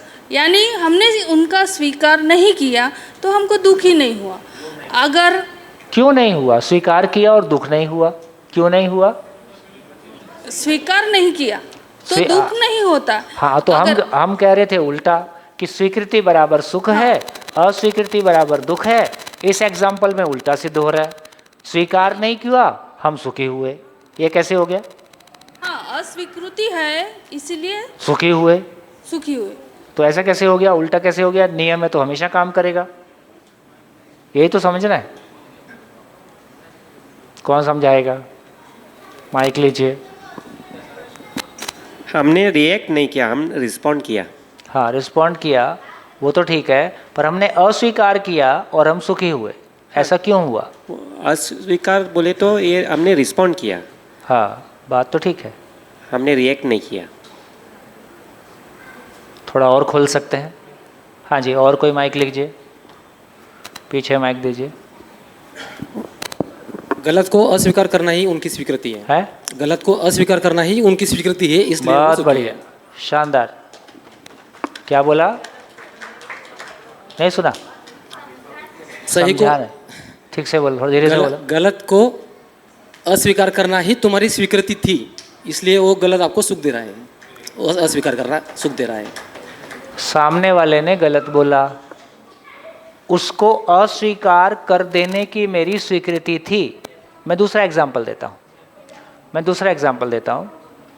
4 दोस्त बैठ के शराब पी रहे, 5वां आया, बोले तू भी पी, और नहीं पिएगा तो दोस्ती नहीं, दोस्ती के नाम पे एक पैग पी।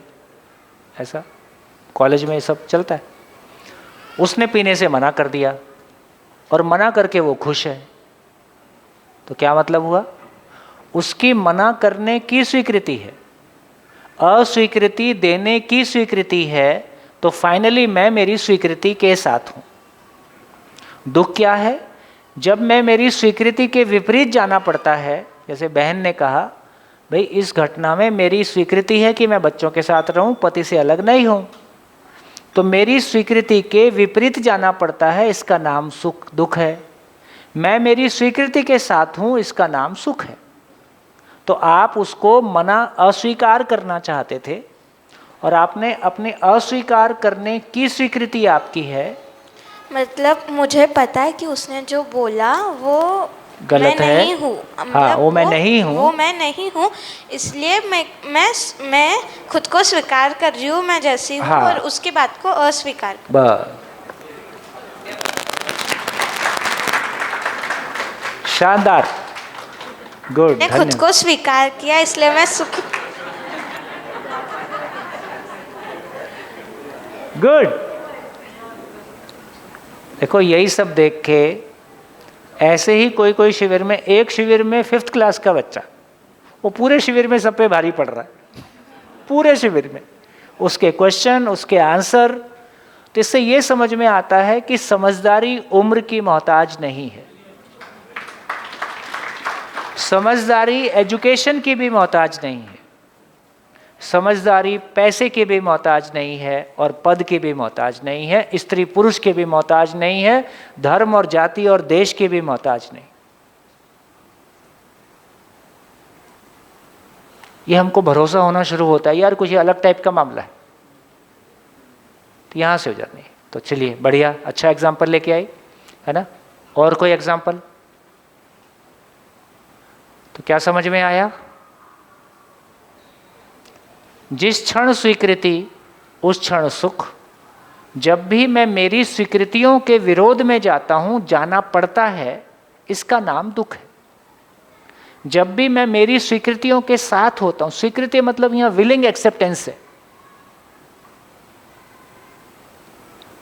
एक दूसरा एग्जाम्पल देता हूं जो कभी किसी शिविर में किसी लड़के ने दिया था। उसने कहा कि मेरे पिता, मैं किसी लड़के से प्यार करती हूँ और मेरे पिता नहीं चाहते हैं कि मैं उससे शादी करूँ, और मैं मेरे पिता को बहुत प्यार करती हूँ। तो मैंने मेरे पिता की बात को स्वीकार कर लिया है, वो जहाँ चाहते थे मैंने वहाँ शादी कर लिया है, पर मैं सुखी नहीं हूँ। तो क्या हुआ? मैंने अपने पिता की बात को स्वीकार कर लिया है पर मैं सुखी नहीं हूँ। आप बोलते हो स्वीकृति बराबर सुख है, पर मैं सुखी नहीं हूं। क्या हुआ?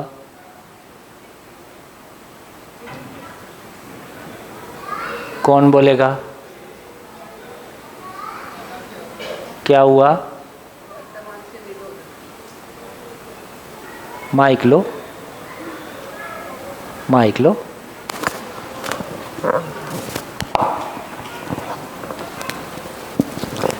ये पिताजी की इच्छा की स्वीकृति नहीं हुई, ये विरोध हुआ। अगर तुम सुखी नहीं हो, पर उसने हाँ तो किया, शादी तो किया, स्वीकार तो डीप किया। डाउन कहीं ना कहीं वो विरोध है और दुख देने की भावना है। तो इसका मतलब क्या हुआ? ये स्वीकृति है कि समझौता है? समझौता है। ये डिफरेंशिएट करना पड़ेगा। तो ये स्वीकृति नहीं है, समझौता है। तो यदि मैं पिता की बात को नहीं मानती हूँ तो दुखी होती हूँ, अपनी बात को मानती हूँ तो भी दुखी होती हूँ। तो कौन सा, तो मैं कंपेयर करता हूँ कौन सा दुख ज़्यादा है। तो यदि वो अपने पिता को बहुत प्यार करती है तो पिता की बात को नकारना ज़्यादा बड़ा दुख है, इसलिए वो अपनी बात को स्वीकारती है तो कम दुखी हो, ज़्यादा दुखी होती है क्योंकि वो ज़्यादा बड़ा दुख है। तो फाइनली पिता की बात को स्वीकार लिया, लेकिन फाइनली ये स्वीकृति नहीं है, समझौता है। तो समझौता का मतलब ज़्यादा दुखी होने की बजाय कम दुखी होने को स्वीकार लेना। मेरे पास दो ऑप्शन है, दुख ज़्यादा दुख कम। हाँ जी।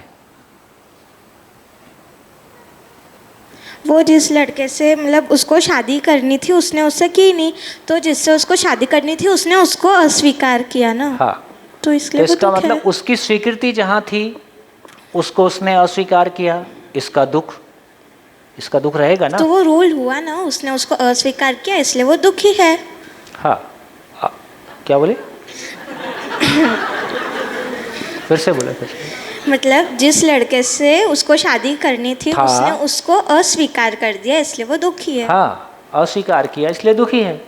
ठीक है, पिता की बात को स्वीकार किया इसलिए खुश भी है, पिता की बात को माना, पर अपनी बात को अस्वीकार किया इसलिए वो दुख भी है। तो स्वीकृति सुख भी है, एक बात का सुख भी है कि पिता की बात को मैंने रख लिया, पर इस बात का दुख भी है कि मैं जहाँ करना चाहती थी वहाँ तो नहीं हो पाई। तो ये इसका मतलब ये स्वीकृति है कि फाइनली ये स्वीकृति है कि समझौता है, एडजस्टमेंट है ना। तो ये भी हमको फिर समझ में आता है कि स्वीकृति और समझौते में क्या अंतर है। स्वीकृति का मतलब है विलिंग एक्सेप्टेंस, स्वेच्छा से खुशी से स्वीकार कर पाना। बढ़िया। हाँ नमस्ते सर। हाँ जी। हाँ मैं एक घटना शेयर करना चाहूँगा। हाँ। मेरे स्कूल के प्रिंसिपल आए एक दिन स्कूल में। उसके पहले एक घटना ऐसी घटी हुई थी कि बच्चों को खेलने को लेके जाना था बाहर गाँव, लेकिन प्रिंसिपल ने ऐसा किया कि कुछ बच्चे आ गए, जितने बच्चे आ गए उतने बच्चों को लेके गए। बाद में जो बच्चा है उन बच्चों ने अपने कुछ देर राह देखी, सर आएंगे आएंगे, लेकिन सर तो पहले निकल चुके थे। उन्होंने अपने माँ बाप को बोला, माँ बाप ने स्कूल के प्रेसिडेंट को बोला, प्रेसिडेंट ने प्रिंसिपल को बोला। तो प्रिंसिपल की ऐसी हो गई कि दूसरे दिन जब स्कूल आए तो वो स्कूल में मेरे क्लास में आके बच्चों को डांट रहे थे। मुझे पता था कि ये बात अच्छी नहीं है, जो भाषा में वो डांट रहे थे। मेरे को बार बार मेरा मन ऐसा हो रहा था कि इनको यहाँ रोका जाए। अगर मैं उनको रोकता तो मेरा और उनका एक जैसा झगड़ा जो बोलते कि बातों बातों में हो जाता था। मेरी अस्वीकृति भी उस टाइम स्वीकृति क्यों बनी कि एक टीचर ने एक टीचर का यहाँ सम्मान करना चाहिए, ऐसे नहीं बोलना चाहिए। मैं बाद में भी बच्चे को ये भी बोल सकता हूँ कि आपका भी ऐसा गलत हुआ का, सर का भी थोड़ा बहुत गलत होगा, लेकिन बच्चे ने वो डांट से ऐसे सीख लिए कि नहीं, ये सर से कुछ भी बात करना बेकार है। मैंने तो बच्चों को समझ दिया, सर को मैंने कुछ बात की नहीं। कुछ दिन बाद हमारा एक स्टूडेंट का बैंक होता है, मिनी बैंक, तो उसमें से पैसे चोरी हो गए। बाहर के एक बच्चा, हमने काम करने के टाइम में उसको चाबी दे दिया, उसने पैसे दे कर। जब बच्चों को पता चला तो बच्चों ने मुझे ऐसे बोला कि सर आप प्रिंसिपल को मत बताइए, वो हमको बोलेंगे कि आपने ही पैसे लेके गए हैं, हम ऐसे करेंगे, थोड़ा थोड़ा पैसा जमा करके हम बैंक का पैसा पूरा करेंगे। तो ये मेरी स्वीकृति अच्छी थी उस टाइम की कि गलत थी? ठीक है, देखो अच्छी और गलत का तो मतलब इतना ही है कि हमने, देखो एक बात ये भी सोचना है कि हम कहीं भी बोलें तो क्यों बोलें। तो यदि स्थिति बेहतर होती हो तो बोलें, और हमारे बोलने से स्थिति और ख़राब होती है तो क्या बोलें, है ना। तो यदि ये हमको असेसमेंट आएगा कि कब बोलना है, कितना बोलना है, क्या बोलना है और नहीं बोलना है, यही व्यवहार की बारीकियां हैं जो लगातार हम करते करते सीखते हैं। तो यदि उसके पीछे कोई नियम की समझ होगी तो उसको हम जल्दी सीख पाएंगे, नहीं तो सारी ज़िंदगी, है ना। यदि हमारे पास वो नियम की समझ नहीं है तो कभी वो ठीक बैठ जाता है, कभी वो गलत बैठ जाता है। तो यदि कोई परमानेंट आधार हमारे पास नहीं है, नियम के रूप में कोई चीज़ हमारे पास नहीं है, तो हमारे व्यवहार का कोई यूनिवर्सल ग्राउंड मेरे पास नहीं होता है सामने वाले के व्यवहार को। तो अभी सारा प्रॉब्लम इतना ही है कि सही कौन था, गलत कौन था। तो जब तक मेरे पास कोई यूनिवर्सल ग्राउंड नहीं होगा तब तक सही गलत का फैसला नहीं हो सकता है। तो फाइनली जैसे जैसे हमारे पास वो ग्राउंड आता जाएगा हम उसको बेहतर बात कर पाएंगे। चलिए, तो मेरे को लगता है काफ़ी बात हो गई, है ना। तो इससे हमारी ये क्लैरिटी बनी कि स्वीकृति बराबर सुख और अस्वीकृति बराबर सुख, ठीक है, दुख। ठीक हो गया, यहाँ तक ठीक है। अब आगे आ जाते हैं कि स्वीकृति किसके लिए। जैसे बहन ने कहा तो भाई मेरे को स्वीकृति नहीं है तो सभी बातों को स्वीकार लें क्या, ये तो संभव नहीं है। तो स्वीकृति किसके लिए, तो बात आई कि स्वीकृति किसके लिए, स्वीकृति किसके लिए, तो कहा कि व्यवस्था के लिए स्वीकृति। ये लाइन इंपॉर्टेंट है। तो इसका मतलब क्या हुआ, अव्यवस्था के लिए स्वीकृति नहीं है, व्यवस्था के लिए स्वीकृति है। व्यवस्था क्या है परिवार में, पति पत्नी बच्चे सास ससुर सब प्यार से रहें, ये व्यवस्था है। आपस में एक दूसरे को दुखी करें और दुखी हों, ये व्यवस्था नहीं है। तो इसका मतलब है कि व्यवस्था के लिए स्वीकृति है, परिवार शिकायत मुक्त हो, अभाव मुक्त हो, इस बात के लिए स्वीकृति है। तो अब सब जगह में इसको लगा सकते हैं। शरीर व्यवस्थित हो मतलब, शरीर व्यवस्थित हो मतलब स्वस्थ हो, मन व्यवस्थित हो मतलब खुश हो, परिवार व्यवस्थित हो मतलब परिवार में सब खुश हों, स्वस्थ हों, कोई वस्तु की कमी ना हो, समाज व्यवस्थित हो, भय से मुक्त हो, प्रकृति व्यवस्थित हो, संतुलन हो, इससे ज़्यादा, इससे कम, बस इतना ही पहुंचना है। तो इससे पता चला कि व्यवस्था के लिए स्वीकृति है, अव्यवस्था के लिए स्वीकृति नहीं है। यहाँ पहुंच गए। तो आपकी स्वीकृति गलत है कि ठीक है? आपकी अस्वीकृति ठीक ही है, क्योंकि वो अव्यवस्था के लिए स्वीकृति कैसे होगी? यहाँ पहुंच गए। अब क्या करें? अब क्या करें? अब ये करें कि जैसे हमारी गाड़ी अव्यवस्थित होती है तो हम कहाँ ले जाते हैं उसको? मैकेनिक के पास। मैकेनिक के लिए आपकी गाड़ी का अव्यवस्थित होना प्रॉब्लम है कि अपॉर्चुनिटी है? अपॉर्चुनिटी। लगता है आया ग्राहक, है ना? हमारे लिए वो प्रॉब्लम है कि अपॉर्चुनिटी है? अपॉर्चुनिटी है, प्रॉब्लम है। तो इसका मतलब ये हुआ, मैं कभी एग्जाम्पल लेता हूँ, कभी हम छोटी क्लासरूम में जब पढ़ते थे तो टीचर क्वेश्चन पूछती थी, जिसको क्वेश्चन का आंसर नहीं पता था वो क्या करता था? दूसरे की पीठ के पीछे सर डाल देता था। टीचर से आंख मिलेगी तो पूछ देगी, बोलो। तो वो टीचर प्रॉब्लम है कि अपॉर्चुनिटी है? टीचर प्रॉब्लम है कि अपॉर्चुनिटी है? जिनको नहीं आता उनके लिए प्रॉब्लम है। इससे ये समझ में आया कि टीचर ना प्रॉब्लम है ना अपॉर्चुनिटी है, टीचर का क्वेश्चन पूछना एक घटना है ना? टीचर का क्वेश्चन पूछना एक घटना है। इससे ये भी समझ में आया कि ये सृष्टि अनवरत घटनाओं की, अनंत घटनाओं की अनवरत श्रृंखला है। लगातार घटनाएं घट रही कि नहीं घट रही?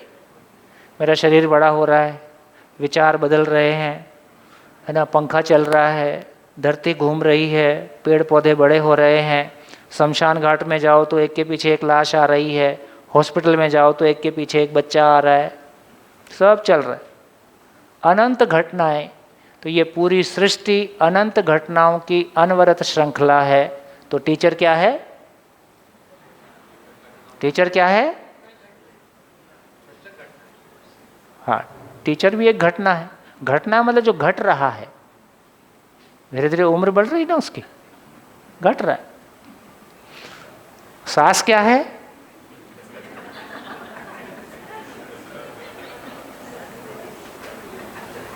सांस के नाम पे दुर्घटना बोलते हैं।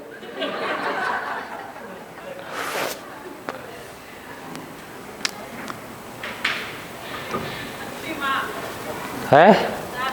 सांस अच्छी माँ है। तो इसका अर्थ ये हुआ कि चारों तरफ घटनाएं घट रही हैं। किसके लिए वो प्रॉब्लम है? जिसके पास आंसर नहीं है। किसके लिए वो अपॉर्चुनिटी है? जिसके पास आंसर है।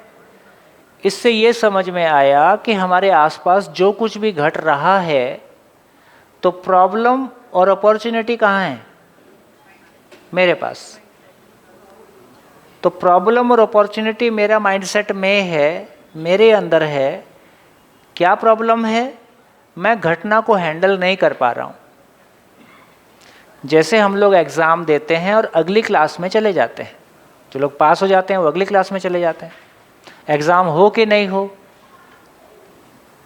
एग्ज़ाम हो कि नहीं हो, एग्ज़ाम नहीं होगा तो हमने क्या सीखा कैसे पता चलेगा? ये घटनाएं नेचर का दिया हुआ हर क्षण एग्ज़ाम है। तमाम घटनाएं हमारी ज़िंदगी में आने वाली, ये एग्जिस्टेंस का दिया हुआ एक क्वेश्चन पेपर है। जिसको हमको हर बार सॉल्व करना होता है। जब भी हम उसको सॉल्व कर देते हैं तो हम अगली क्लास में चले जाते हैं, सॉल्व नहीं करते हैं तो फिर वही घटनाएं फेस करते हैं। तो इसका मतलब है कि हर मानव की ज़िंदगी में पैदा होने से लेके और शरीर छोड़ने तक अनंत घटनाएं लगातार घट ही रही हैं, और ये तमाम घटनाएं मेरे लिए अस्तित्व का दिया हुआ, नेचर का दिया हुआ, आपके अनुसार बाय द वे ईश्वर होगा तो उसका दिया हुआ क्वेश्चन पेपर है जिसको मेरे को सॉल्व करना होता है। तो क्या करना है मेरे को, है ना? तो मेरे को क्वेश्चन पेपर सॉल्व करने के लिए योग्य बनना है। तो मैं सभी घटनाओं में क्वेश्चन पेपर को सॉल्व कर पाऊँ तो मैं अगली क्लास में चला जाता हूँ। तो काम क्या करना है? मेरी मनस्थिति और मेरी परिस्थिति के अनुसार, मेरी मनस्थिति और मेरी परिस्थिति के अनुसार जो कुछ भी घटनाक्रम सामने आया है वो सबके लिए एक है कि अलग अलग है? अलग अलग है। यहाँ सबके लिए इंडिविजुअल क्वेश्चन पेपर है।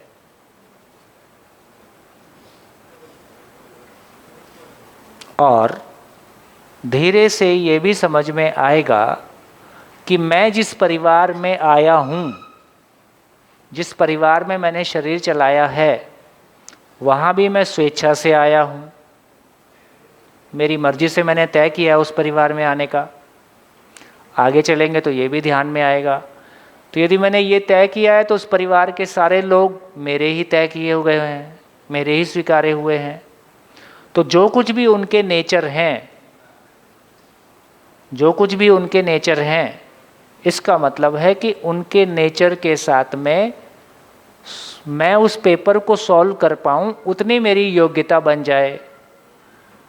तो हर घटना आपके लिए एक नया चैलेंज देती है कि तुमको इतना योग्य होना है। योग्यता क्या है? पहली योग्यता है कि दूसरों की अयोग्यता से प्रभावित ना होना। उससे बड़ी योग्यता है कि दूसरों की अयोग्यता को योग्यता में बदल पाना। आप पूछते हो मेरी गलती क्या थी, मेरे साथ ही ऐसा क्यों हुआ? भैया इस एग्जिस्टेंस में आपको जो क्वेश्चन पेपर मिलना था वही मिलेगा, और आपकी गलती ये है कि आप मानव हो और अपने मानव होने को नहीं समझते हो। ये एग्जिस्टेंस बार बार आपको वही क्वेश्चन पेपर देता है कि जब तक मानव नहीं हो जाओगे छोड़ेगा नहीं। शरीर छूट जाएगा, आप नहीं छूटोगे। क्वेश्चन पेपर तो पास करना पड़ेगा।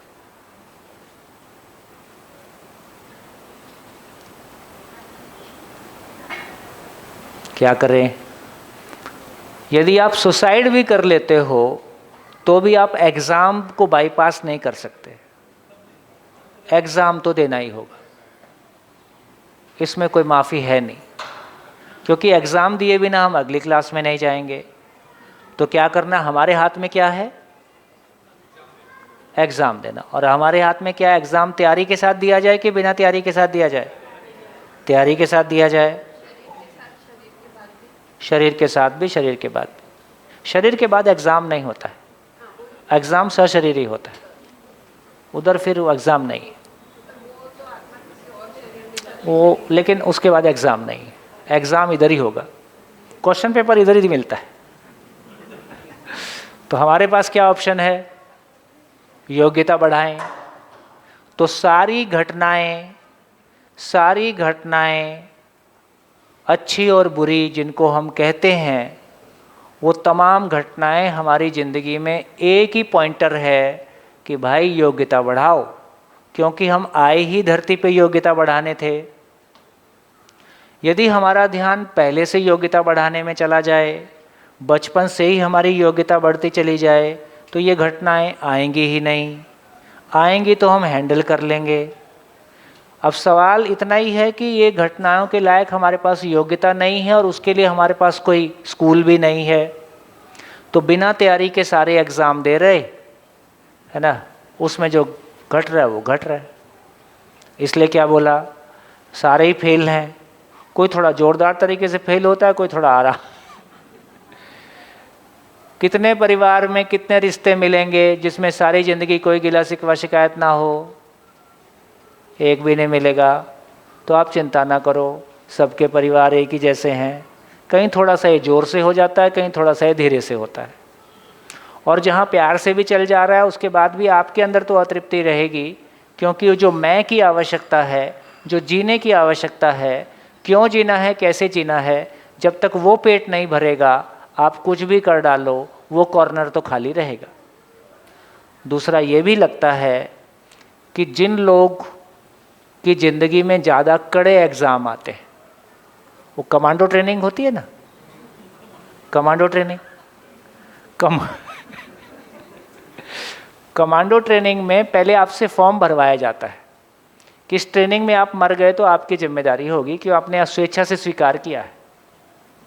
तो 600 कमांडो में से 60 फाइनल निकलते हैं। उसमें से कुछ लोग बीच में से छोड़ के भाग जाते हैं और कुछ मर भी सकते हैं, लेकिन जो निकल के आ गए उनको क्या मिलता है? उनको शानदार पोस्टिंग मिलती है, शानदार सम्मान मिलता है। तो जिंदगी में जिनको कड़े एग्जाम मिल रहे हैं वो कमांडो ट्रेनिंग में हैं, उनको बड़ी पोस्टिंग मिलने वाली है। थोड़ी ज़्यादा मेहनत करें। बोलो, क्या समझ में आया? है मैं की ट्रेनिंग है, पूरी जिंदगी मैं की ट्रेनिंग के लिए प्रस्ताव है। सारे ग्रह नक्षत्र, कोई शनि आपके पीछे नहीं पड़ा है। शनि को कहाँ फुर्सत जो आपके पीछे पड़ा रहे, है ना? तो सारे ये जुगाड़ मात्र ऐसा है, देखो सारे ये जुगाड़ मात्र ऐसा है कि हमारी ज़िंदगी में, देखो आपको बहुत काम की चीज़ बताता हूँ, मेरा मूल स्वरूप कैसा है, मैं का मूल स्वरूप कैसा है। तो मेरा मूल स्वरूप है मैं नित्य शांत हूँ। ज्ञान संपन्न होने के बाद मैं नित्य शांत हूँ, इसको मैं कैसे मान लूँ? तो मैं आज भी मैं पाना चाहता हूँ कि नहीं उसी चीज़ को। मैं गुस्से से मुक्त होना चाहता हूँ, मैं भय से मुक्त होना चाहता हूँ, मैं अभाव से मुक्त होना चाहता हूँ। यदि गुस्सा भय अभाव रहेगा तो क्या मैं शांत रह सकता हूँ? नहीं रह। नित्य का मतलब हमेशा। तो मैं नित्य शांत हूँ, ये मेरा स्वरूप है। मैं किसी भी प्रकार के सम और विषम, आसक्ति और प्रतिक्रिया से मुक्त हूँ। कोई भी चीज़ मेरे को छू ही नहीं सकता, मैं वो चीज़ हूँ। मैं व्यवसाय, व्यवहार और व्यवस्था को नियंत्रित करता हूँ, ये मेरी ताकत है। अभी ये देखें, अभी हम व्यवहार को चलाते हैं कि व्यवहार हमको चलाता है? लोग क्या कहेंगे? यदि हम लोग क्या कहेंगे तो व्यवहार हमको नियंत्रित कर रहा है कि हम व्यवहार को नियंत्रित कर रहे हैं? फिर हम व्यवसाय को नियंत्रित कर रहे हैं कि व्यवसाय हमको नियंत्रित कर रहा है? और व्यवस्था की तो बात ही मत करो। तो हम स्वतंत्र हैं कि गुलाम हैं? जोर से बोलो, गुलाम है। ये गुलामी ही हमारी पीड़ा है। हम गुलामी नहीं चाहते, हम स्वतंत्रता चाहते हैं। स्वतंत्रता की परिभाषा है स्वयं को वातावरण के दबाव से मुक्त कर लेना, स्वतंत्रता है। तो पति भी एक दबाव है, परिवार के बाकी संबंध भी हमारे ऊपर दबाव क्रिएट करते हैं।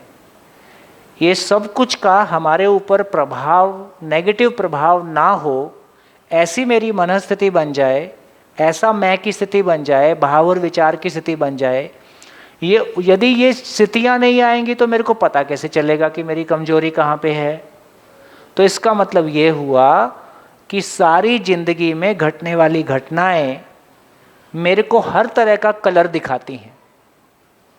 कभी शरीर कम ज़्यादा होता है, कभी पैसा कम ज़्यादा होता है, कभी सम्मान कम ज़्यादा होता है। इन कम ज़्यादा होती हुई परिस्थितियों में मैं कितना स्टेबल रहता हूँ, ये मेरा एग्ज़ाम है। यही कमांडो ट्रेनिंग है।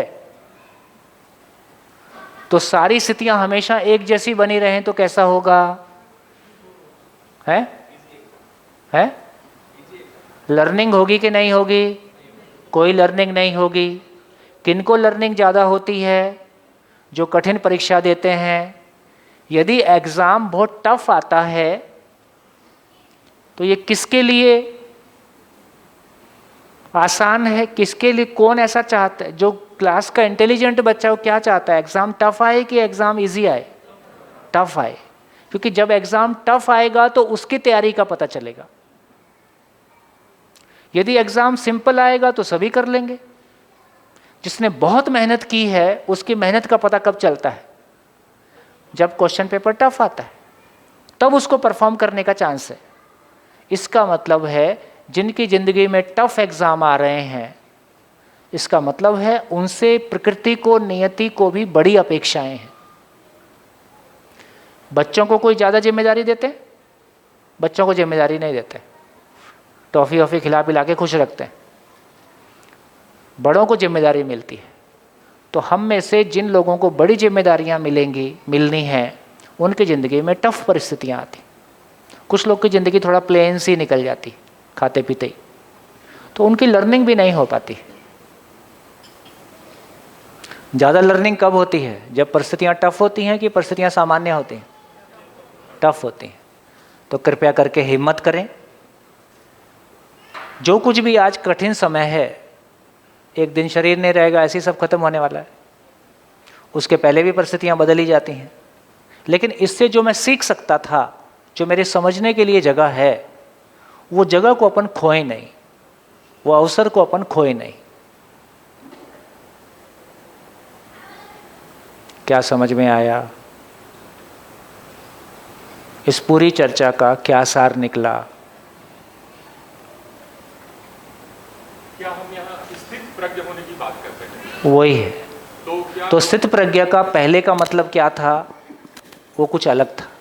अभी स्थित प्रज्ञा का मतलब है कि मैं नित्य शांत स्थिति को पा जाऊं, मैं किसी आसक्ति और किसी प्रतिक्रिया से अप्रभावित रहने की स्थिति को पा जाऊं, मेरी खुशी किसी की मोहताज ना हो, मेरी खुशी हमेशा मेरे नियंत्रण में हो, मेरे भीतर का विश्वास हमेशा बना रहे और अयोग्यता से प्रभावित ना होना और दूसरे की अयोग्यता को योग्यता में बदल पाना, ऐसा हम चाहते हैं कि नहीं?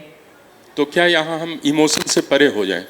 हम इमोशन फुल हो जाए, परे हो जाए, पत्थर हो जाओ। इमोशन से परे नहीं होना है, इमोशन फुल होना है, भावपूर्ण होना है। जो भावपूर्ण होगा वही अप्रभावित रह सकता है।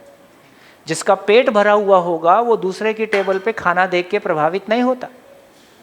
जिसका पेट खाली है उसको दूसरों की टेबल का खाना दिखता है। जब हम भरे हुए होते हैं तो हम बाहर की चीज़ों के प्रति आकर्षित नहीं होते। हम पूर्ण हो जाएं, हम अपनी पूर्णता को पाना चाहते हैं। ये तमाम घटनाक्रम, यदि मेरी पूर्णता किसी हद तक मैंने पाई है तो वो भी पता चलता है, अधूरापन है तो वो भी पता चलता है। तो मेरी स्थिति को घटनाएं मेरी स्थिति का आईना है।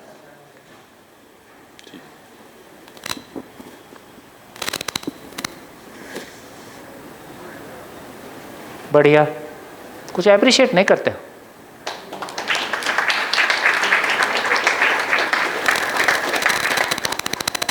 क्या समझ में आया? कितने लोगों तक बात पहुंची?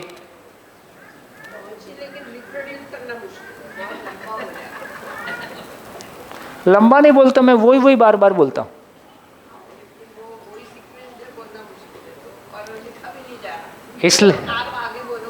इसलिए परिचय शिविर 5 बार, परिचय शिविर 5 बार। YouTube से घर में, यहाँ मैं आपके नियंत्रण में नहीं आ सकता। घर में जब आप देखोगे तो मैं आपके नियंत्रण में रहूँगा। तो जब आप बोलोगे तो मैं बोलूँगा। जब आप बोलोगे मैं कॉफ़ी पी रहा हूँ थोड़ा शांत रहे, तो मैं शांत रहूँगा, है ना। तो अब मैं बीच में थोड़ा सोचना चाहता हूँ तो मैं वहीं रुके रहूँगा। फिर जब बोलोगे तब बोलूँगा।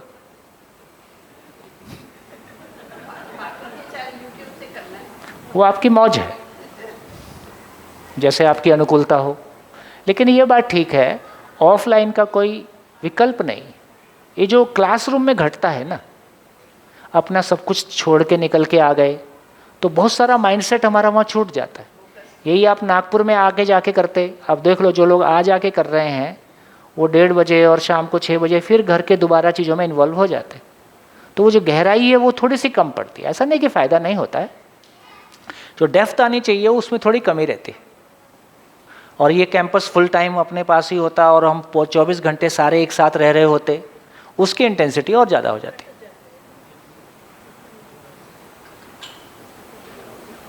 हाँ जी, तो क्या करना चाहेंगे? यदि मैं बोलूं, ब्रेक तो अभी टाइम है, यदि मैं बोलूं कि इसमें से आपको सबसे अच्छी बात क्या आप तक पहुंची, 1-2 लोग रिपीट करें ताकि थोड़ा सा रिटेन कर पाए। नट शेल में आप तक क्या पहुंचा?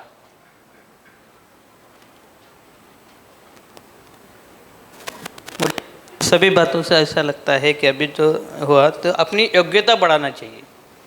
एक बात, घटनाएं मेरी जिंदगी का आईना है और सारी घटनाएं ये बता रही हैं कि भैया योग्यता बढ़ाओ। और सारी जिंदगी एक ही काम है, घोड़ा क्यों पाला? घोड़ा क्यों पाला? मैं घोड़े के लिए कि घोड़ा मेरे लिए? घोड़ा मेरे लिए। घोड़े का करना क्या है? तो मेरी समझ, मैं की समझ को, मैं की योग्यता को बढ़ाने के लिए घोड़ा साधन है, शरीर साधन है। तो सारी जिंदगी एक ही काम है कि मेरे को मैं की योग्यता बढ़ानी है। सारा स्किल घोड़े को बनाए रखने के लिए। अब घोड़ा क्यों पाला ये तय नहीं हुआ, तो मैं घोड़े के लिए कि घोड़ा मेरे लिए? तो फाइनली घोड़ा तैयार है, मैं स्वस्थ हूँ, शरीर ठीक ठाक है, तो मेरा समझने का काम आगे बढ़े ताकि मेरी योग्यता बढ़े, ताकि मैं, जो भाई ने कहा कि क्या हम स्थितप्रज्ञ होने की बात कर रहे हैं, तो मेरी दृष्टि में स्थितप्रज्ञता का मतलब ये है कि मैं तमाम तरह की नेगेटिविटी के लिए हमेशा से मुक्त हो जाऊं। कितने लोग चाहते हैं? सभी चाहते हैं। मैं सारी सकारात्मकता से हमेशा के लिए भर जाऊं। कितने लोग चाहते हैं? सभी चाहते हैं। तो बस यही मेरी प्राप्ति है, इसी को मैं पाना चाहता हूँ, यही मेरा लक्ष्य है, इसी का नाम निरंतर सुख है। नाम अलग अलग जो भी दे ले, हमारी कंडीशनिंग हो सकती है, लेकिन सार बात इतनी। ये जो हम हमारे बच्चों को बोलते हैं अक्सर और आपस में कॉमन लैंग्वेज में कि मेंटली स्ट्रांग बनो, मेंटली स्ट्रांग बनो, यही मेंटली स्ट्रांग है ना। तो this also applies to the same कि मैं को स्ट्रांग कर रहे हैं। अभी हम बहुत सारी बातें बोल रहे हैं। कहाँ से बोल रहे हैं? हम मेंटली कमजोर को देख के बोल रहे हैं कि मेंटली स्ट्रांग हो जाओ। जब दुख आया तो उसको देख के हम बोल रहे हैं कि सुखी हो जाओ। जब धोखा पाया तो उसको देख के बोल रहे हैं कि विश्वास के साथ जियो। तो अभी हमारे पास नेगेटिविटी को देखकर सकारात्मक की अपेक्षा बनी है।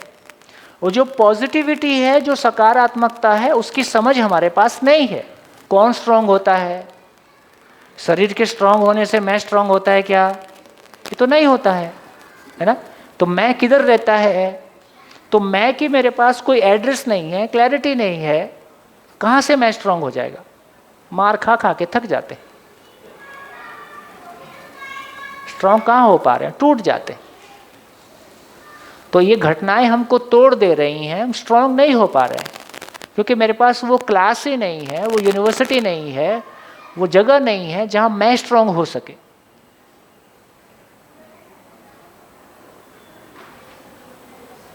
बढ़िया, ठीक हो गया। तो इसका मतलब ये हुआ कि स्वीकृति व्यवस्था के लिए, व्यवस्था देखो काम की बात, इसको पूरा कर लेते हैं। इसका मतलब क्या है? स्वीकृति किसके लिए? व्यवस्था के लिए। अब यदि मैं को व्यवस्थित होना है, यदि मैं को स्ट्रांग होना है, तो मैं की व्यवस्था को समझना पड़ेगा ना। तो इसका मतलब है यदि एक व्यक्ति को गाड़ी को रिपेयर करना जानता है तो गाड़ी के सारे पार्ट्स जानता है। यदि मेरे को मैं को स्ट्रांग करना है, मैं यदि खुश रहना है, मैं की योग्यता बढ़ानी है, मैं को नेगेटिविटी से अप्रभावित रहना है, तो इसका मतलब है कि मेरे को मैं की व्यवस्था का पता हो, मेरे को मैं को रिपेयर करना आता हो।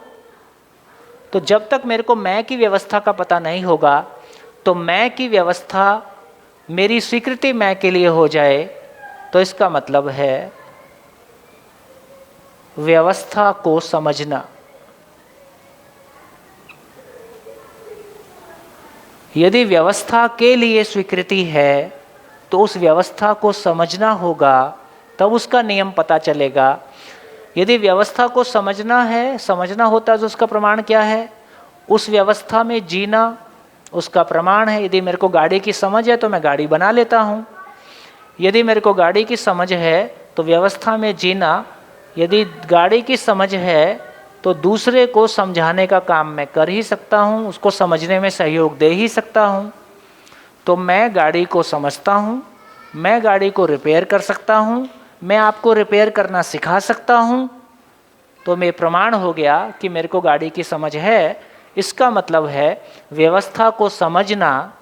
यदि मैं की बात कर रहे हैं तो मैं की व्यवस्था को समझना, अपने में भाव और विचार की पूर्णता के साथ में जीना, दूसरे के भाव और विचार की पूर्णता के साथ जीने के लिए सहयोग देना, इन तीनों को एक साथ कहा, इसी का नाम समाधान है। तो इसका मतलब स्वीकृति क्या है? स्वीकृति बराबर समाधान है और समाधान बराबर सुख है। तो समाधान बराबर सुख है और समस्या बराबर दुख है। तो ये सुख दुख का डेरिवेशन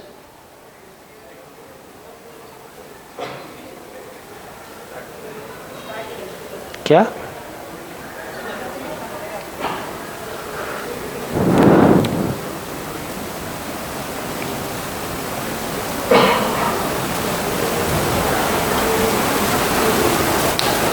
ये सुख दुख का डेरिवेशन हो गया।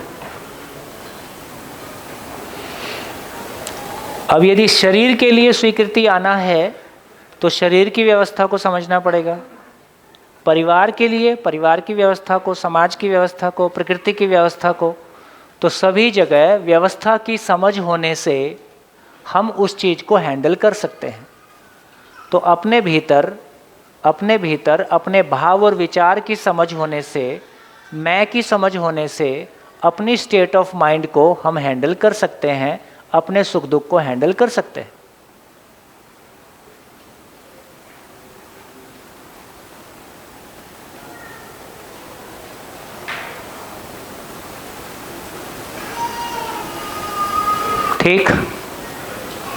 ठीक हो गया?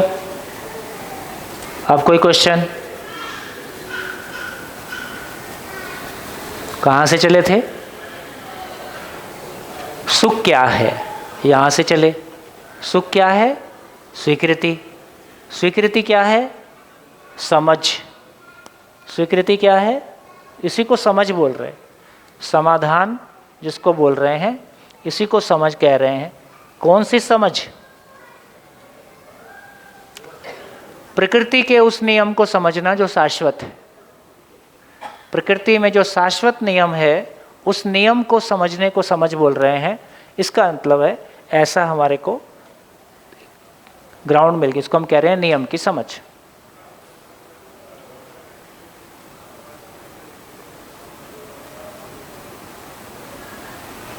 कोई क्वेश्चन?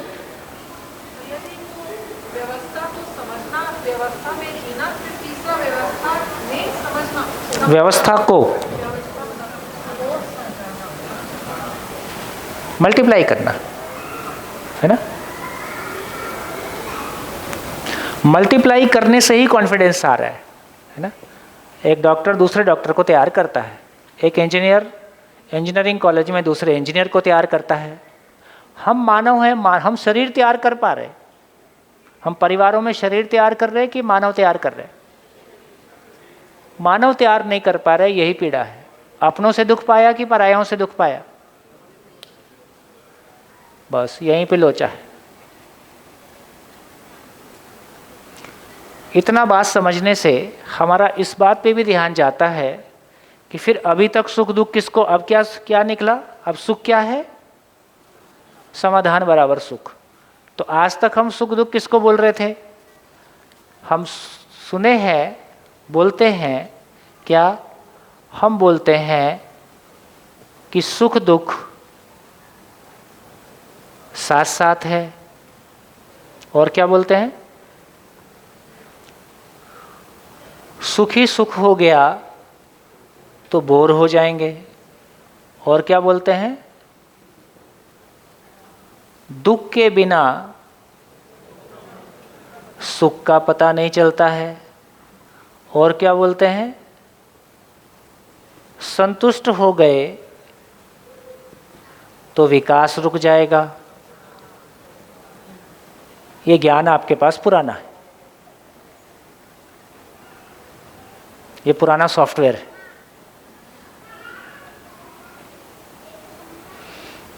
अब देखो कितना बड़ा कॉन्फ्लिक्ट है। यदि सुख दुख साथ साथ है तो क्या सुख की निरंतरता हो सकती है? नहीं हो सकती। दोनों में से एक ही बात सही हो सकती है। और कितने प्रतिशत लोग ये मानते हैं कि सुख दुख साथ साथ है? कितने प्रतिशत लोग ये मानते हैं समाज में? सभी मानते हैं। यदि सुखी सुख हो गया तो बोर हो जाएंगे, इसका मतलब बीच बीच में आपको धोखे की जरूरत है। दुख के बिना सुख का पता नहीं चलेगा, तो आपको धोखे के बिना विश्वास का पता नहीं चलता है। संतुष्ट हो गए तो विकास रुक जाएगा। और विकास क्यों करना है? ताकि संतुष्ट हो जाए। तो आपका सॉफ्टवेयर कैसा है? 1947 पायरेटेड इन्फेक्टेड करप्ट सॉफ्टवेयर। उसके बाद भी हंस लेते हो, क्या बुरा है? ऐसा सॉफ्टवेयर चला के भी बीच बीच में हंस लेते हो, यही जीवन की अक्षय बल शक्ति का प्रमाण है।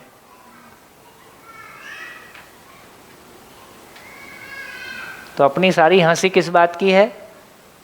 अच्छा खाना मिल गया, अच्छी गाड़ी मिल गई, बीच में पटाया हुआ है, इतनी है बस। क्या करें इसका? ये सब सही है कि गलत है? ये सब सही है कि गलत है? पार्टली सही है। कैसे पार्टली सही है? माइक लो।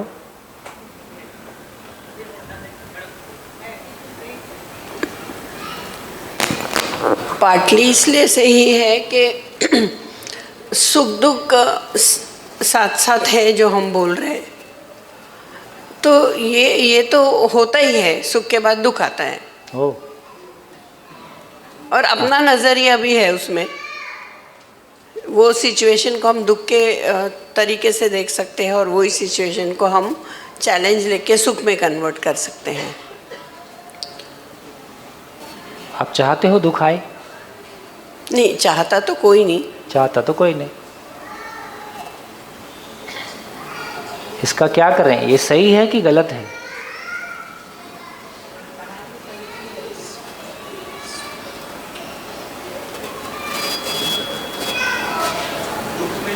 विकास की संभावना नहीं हो जाएगी। ये भी सोचने की बात है। आओ, उसकी संभावना रुक जाएगी। हाँ, तो उसको लाने की ज़रूरत है कि जब तक वो समझ नहीं होगी ये घटनाएं होता ही रहेगा। जब तक, इसको उल्टा कह सकते हैं कि जब तक हम पूर्ण नहीं है, अपूर्णता की सूचनाएं मिलती रहेंगी। तो हमारा मोटिवेशन असंतुष्टि हो कि पूर्णता हो? पूर्णता हो। अभी हमारा मोटिवेशन असंतुष्टि है कि पूर्णता है? असंतुष्टि है।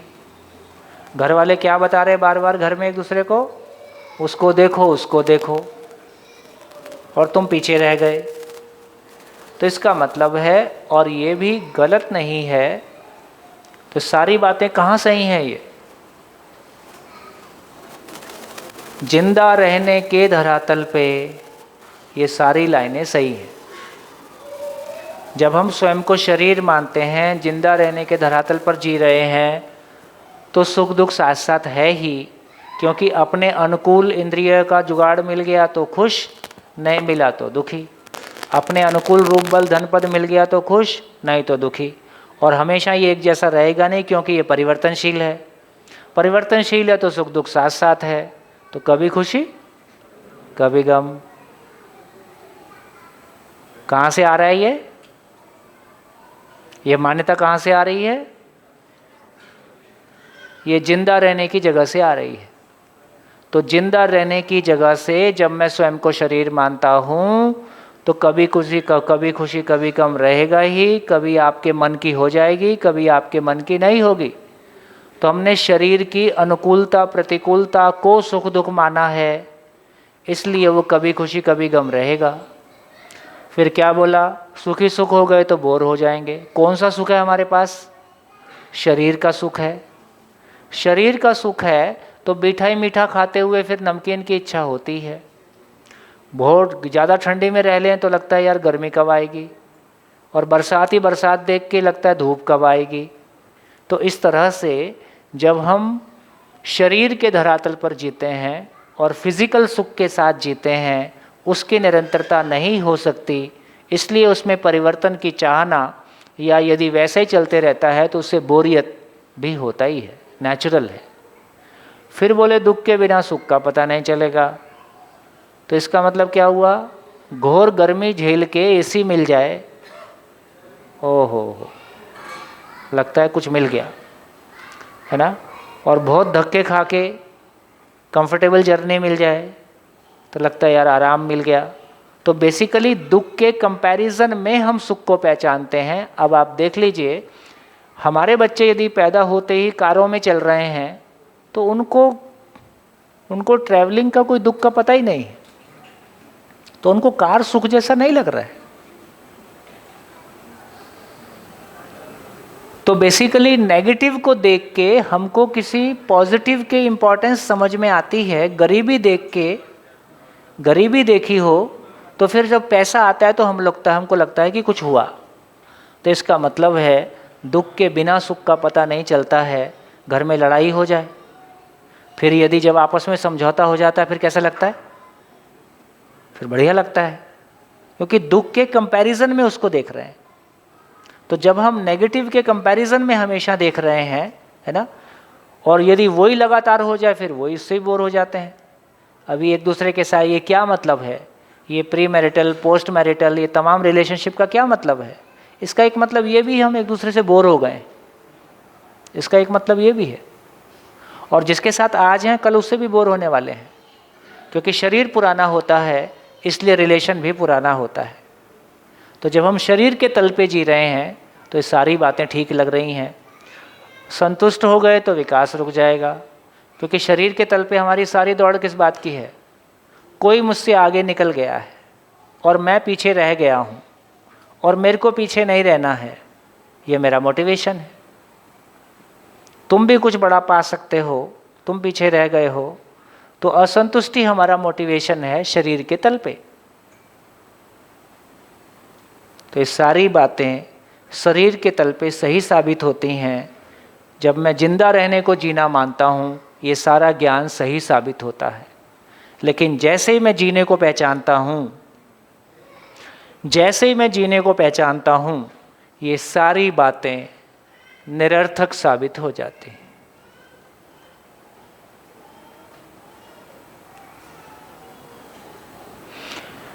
मैं दुखी होकर विश्वास को पहचानता हूँ कि विश्वास से डायरेक्टली विश्वास को पहचानता हूँ? वाह, इतना दुख पाए हो, विश्वास ही खो बैठे। देखो, एक छोटा बच्चा धोखा खा के विश्वास को पहचानता है कि विश्वास से विश्वास को पहचानता है? वहां से शुरू करें। एक छोटा बच्चा कैसे पहचानता है कि माँ के पास ही जाना है? वो दूसरों से धोखा खाया है कि विश्वास को वो विश्वास को पहचान के अविश्वास को पहचानता है। उसका रेफरेंस विश्वास है कि अविश्वास है? उसका रेफरेंस विश्वास है।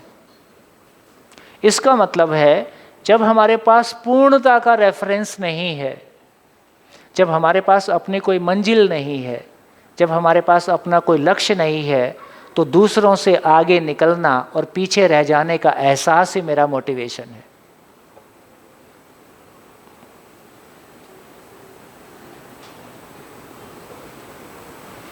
समझ में आया? हम लक्ष्य विहीन लोग हैं, बेरोजगार।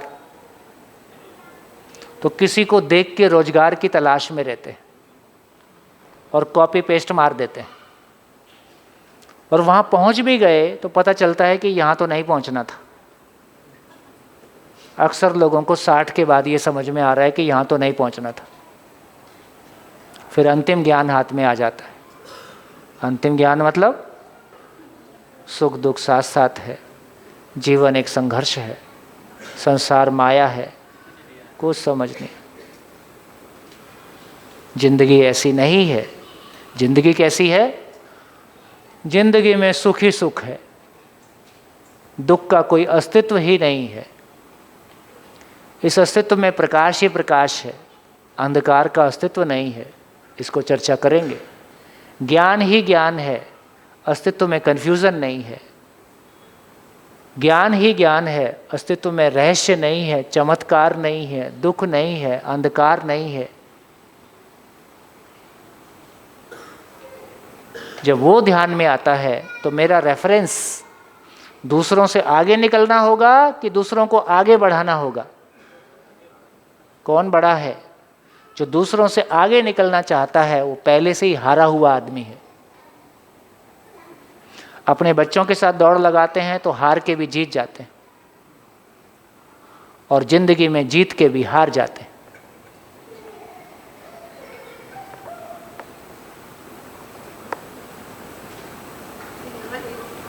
माइक।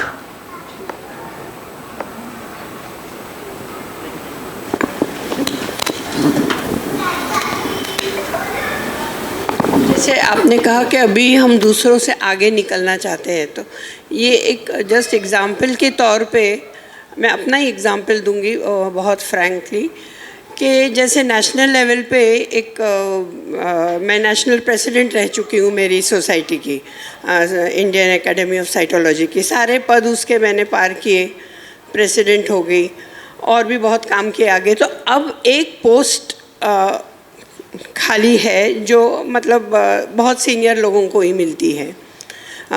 तो वो पोस्ट के लिए एक बहुत जूनियर आदमी ने पहले उसको ले लिया, और उसने एसओपी ऐसा बनाया कि अल्टीमेटली ये साबित होता है कि जो पहले इसमें रह चुका है वो उसको कंटिन्यू करेगा। तो this was tailored according to his, उसका माइंडसेट था कि अभी चलो ये मेरे को निरंतर मिलते जाएगी, 5 साल मिली, दूसरे 5 साल, तीसरे, तब तक तो वो आउट ही हो जाएगा एकेडमी से। तो उसके अगेंस्ट मैंने बहुत फाइट किया हमारे जनरल बॉडी में, एग्जीक्यूटिव बॉडी में, कि ये एसओपी में गलत है। तो उनका कहना था कि तुमको ये पहले पॉइंट आउट करना था जब एसओपी एंडोर्स हो रहा था। ठीक है, तो बहुत लोगों ने मिस किया, ऐसे लगा कि सब अच्छा हो रहा है तो हो गया। तो अब एसओपी में तो चेंजेस होते ही रहते हैं। तो मैंने बहुत झगड़ा किया कि इसको अमेंड करो। अब ये सारी चीज़ मैं हमेशा सोचती थी कि मुझे ये पोस्ट चाहिए इसलिए मैं ये कर रही हूँ, या मुझे किसी से आगे जाना चाहिए, वो जो पद की हमको ख्वाहिश होती है। तो वेदर दिस वाज मेरी चाहना थी कि it was principally I was asking for something right, इसको कैसा डिफरेंशिएट करेंगे हम?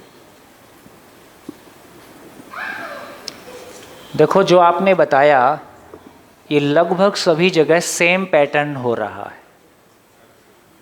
है ना। एक कॉन्ट्रैक्टर पॉलिसी में इस तरह से चेंज कराता है कि कॉन्ट्रैक्ट उसी को मिल पाए। वो टर्नओवर बढ़वा देता है, एक्सपीरियंस उतने साल का करवा देता है, जितना उसका है उसके हिसाब से करवा देता है, बाकी उसके लिए एलिजिबल ही नहीं रहते।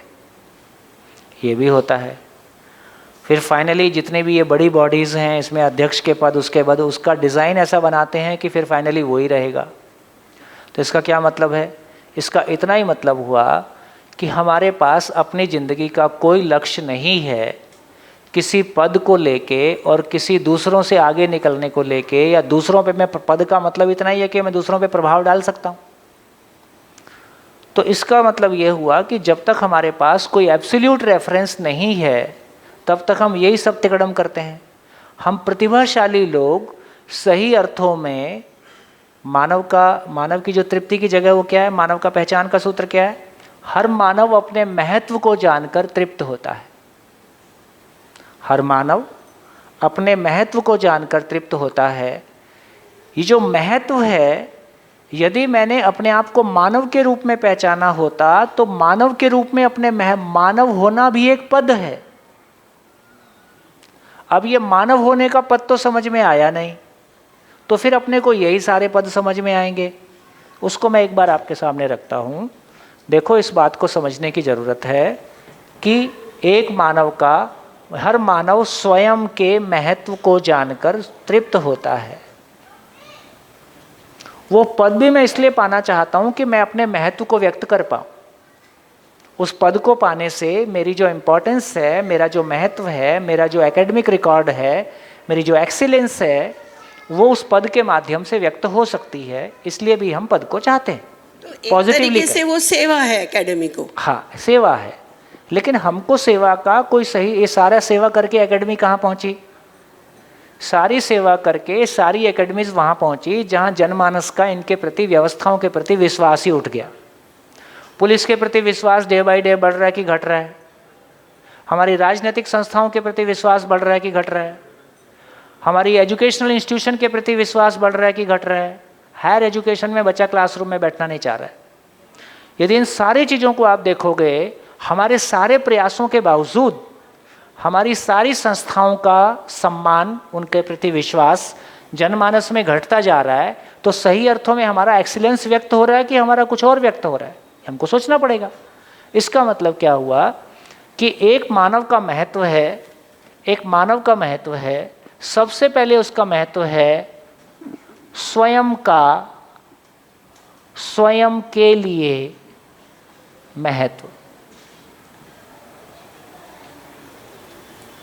खुद की नज़रों में मेरा महत्व क्या है, और महत्व क्या है? उसकी उपयोगिता है।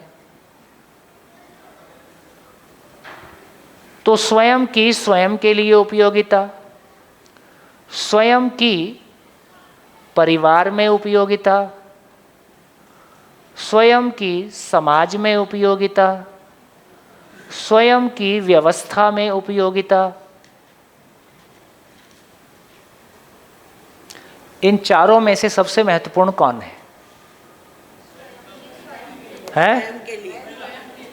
हाँ, स्वयं की, स्वयं के लिए उपयोगिता का पता चला नहीं। इसके बारे में कोई ज्ञान, इसमें एक बारे में पता भी चला तो हमने थोड़ा बहुत स्किल को पहचाना। ठीक हो गया? स्किल को पहचानने से मैं का पता चला नहीं। तो मैं का जो इम्पोर्टेंस है, मैं का जो पहचान है ना, मैं की जो पहचान है, जो मेरी निरपेक्ष पहचान है, उसका पता चला नहीं। जब मेरी निरपेक्ष पहचान का पता नहीं चला है तो सापेक्ष पहचान में जाऊंगा। तो एक स्किल वाले व्यक्ति की पहचान क्या हुई? तो मैं अच्छा कब हूं? तो पद के हिसाब से फिर मेरी पहचान होना शुरू हुई। मैं जितने बड़े पद पे हूं, और सैलरी से पहचान, पैसा कितना कमाया। जिसकी सैलरी ज़्यादा वो ज़्यादा योग्य व्यक्ति, ऐसा भी सरकारी सिस्टम में।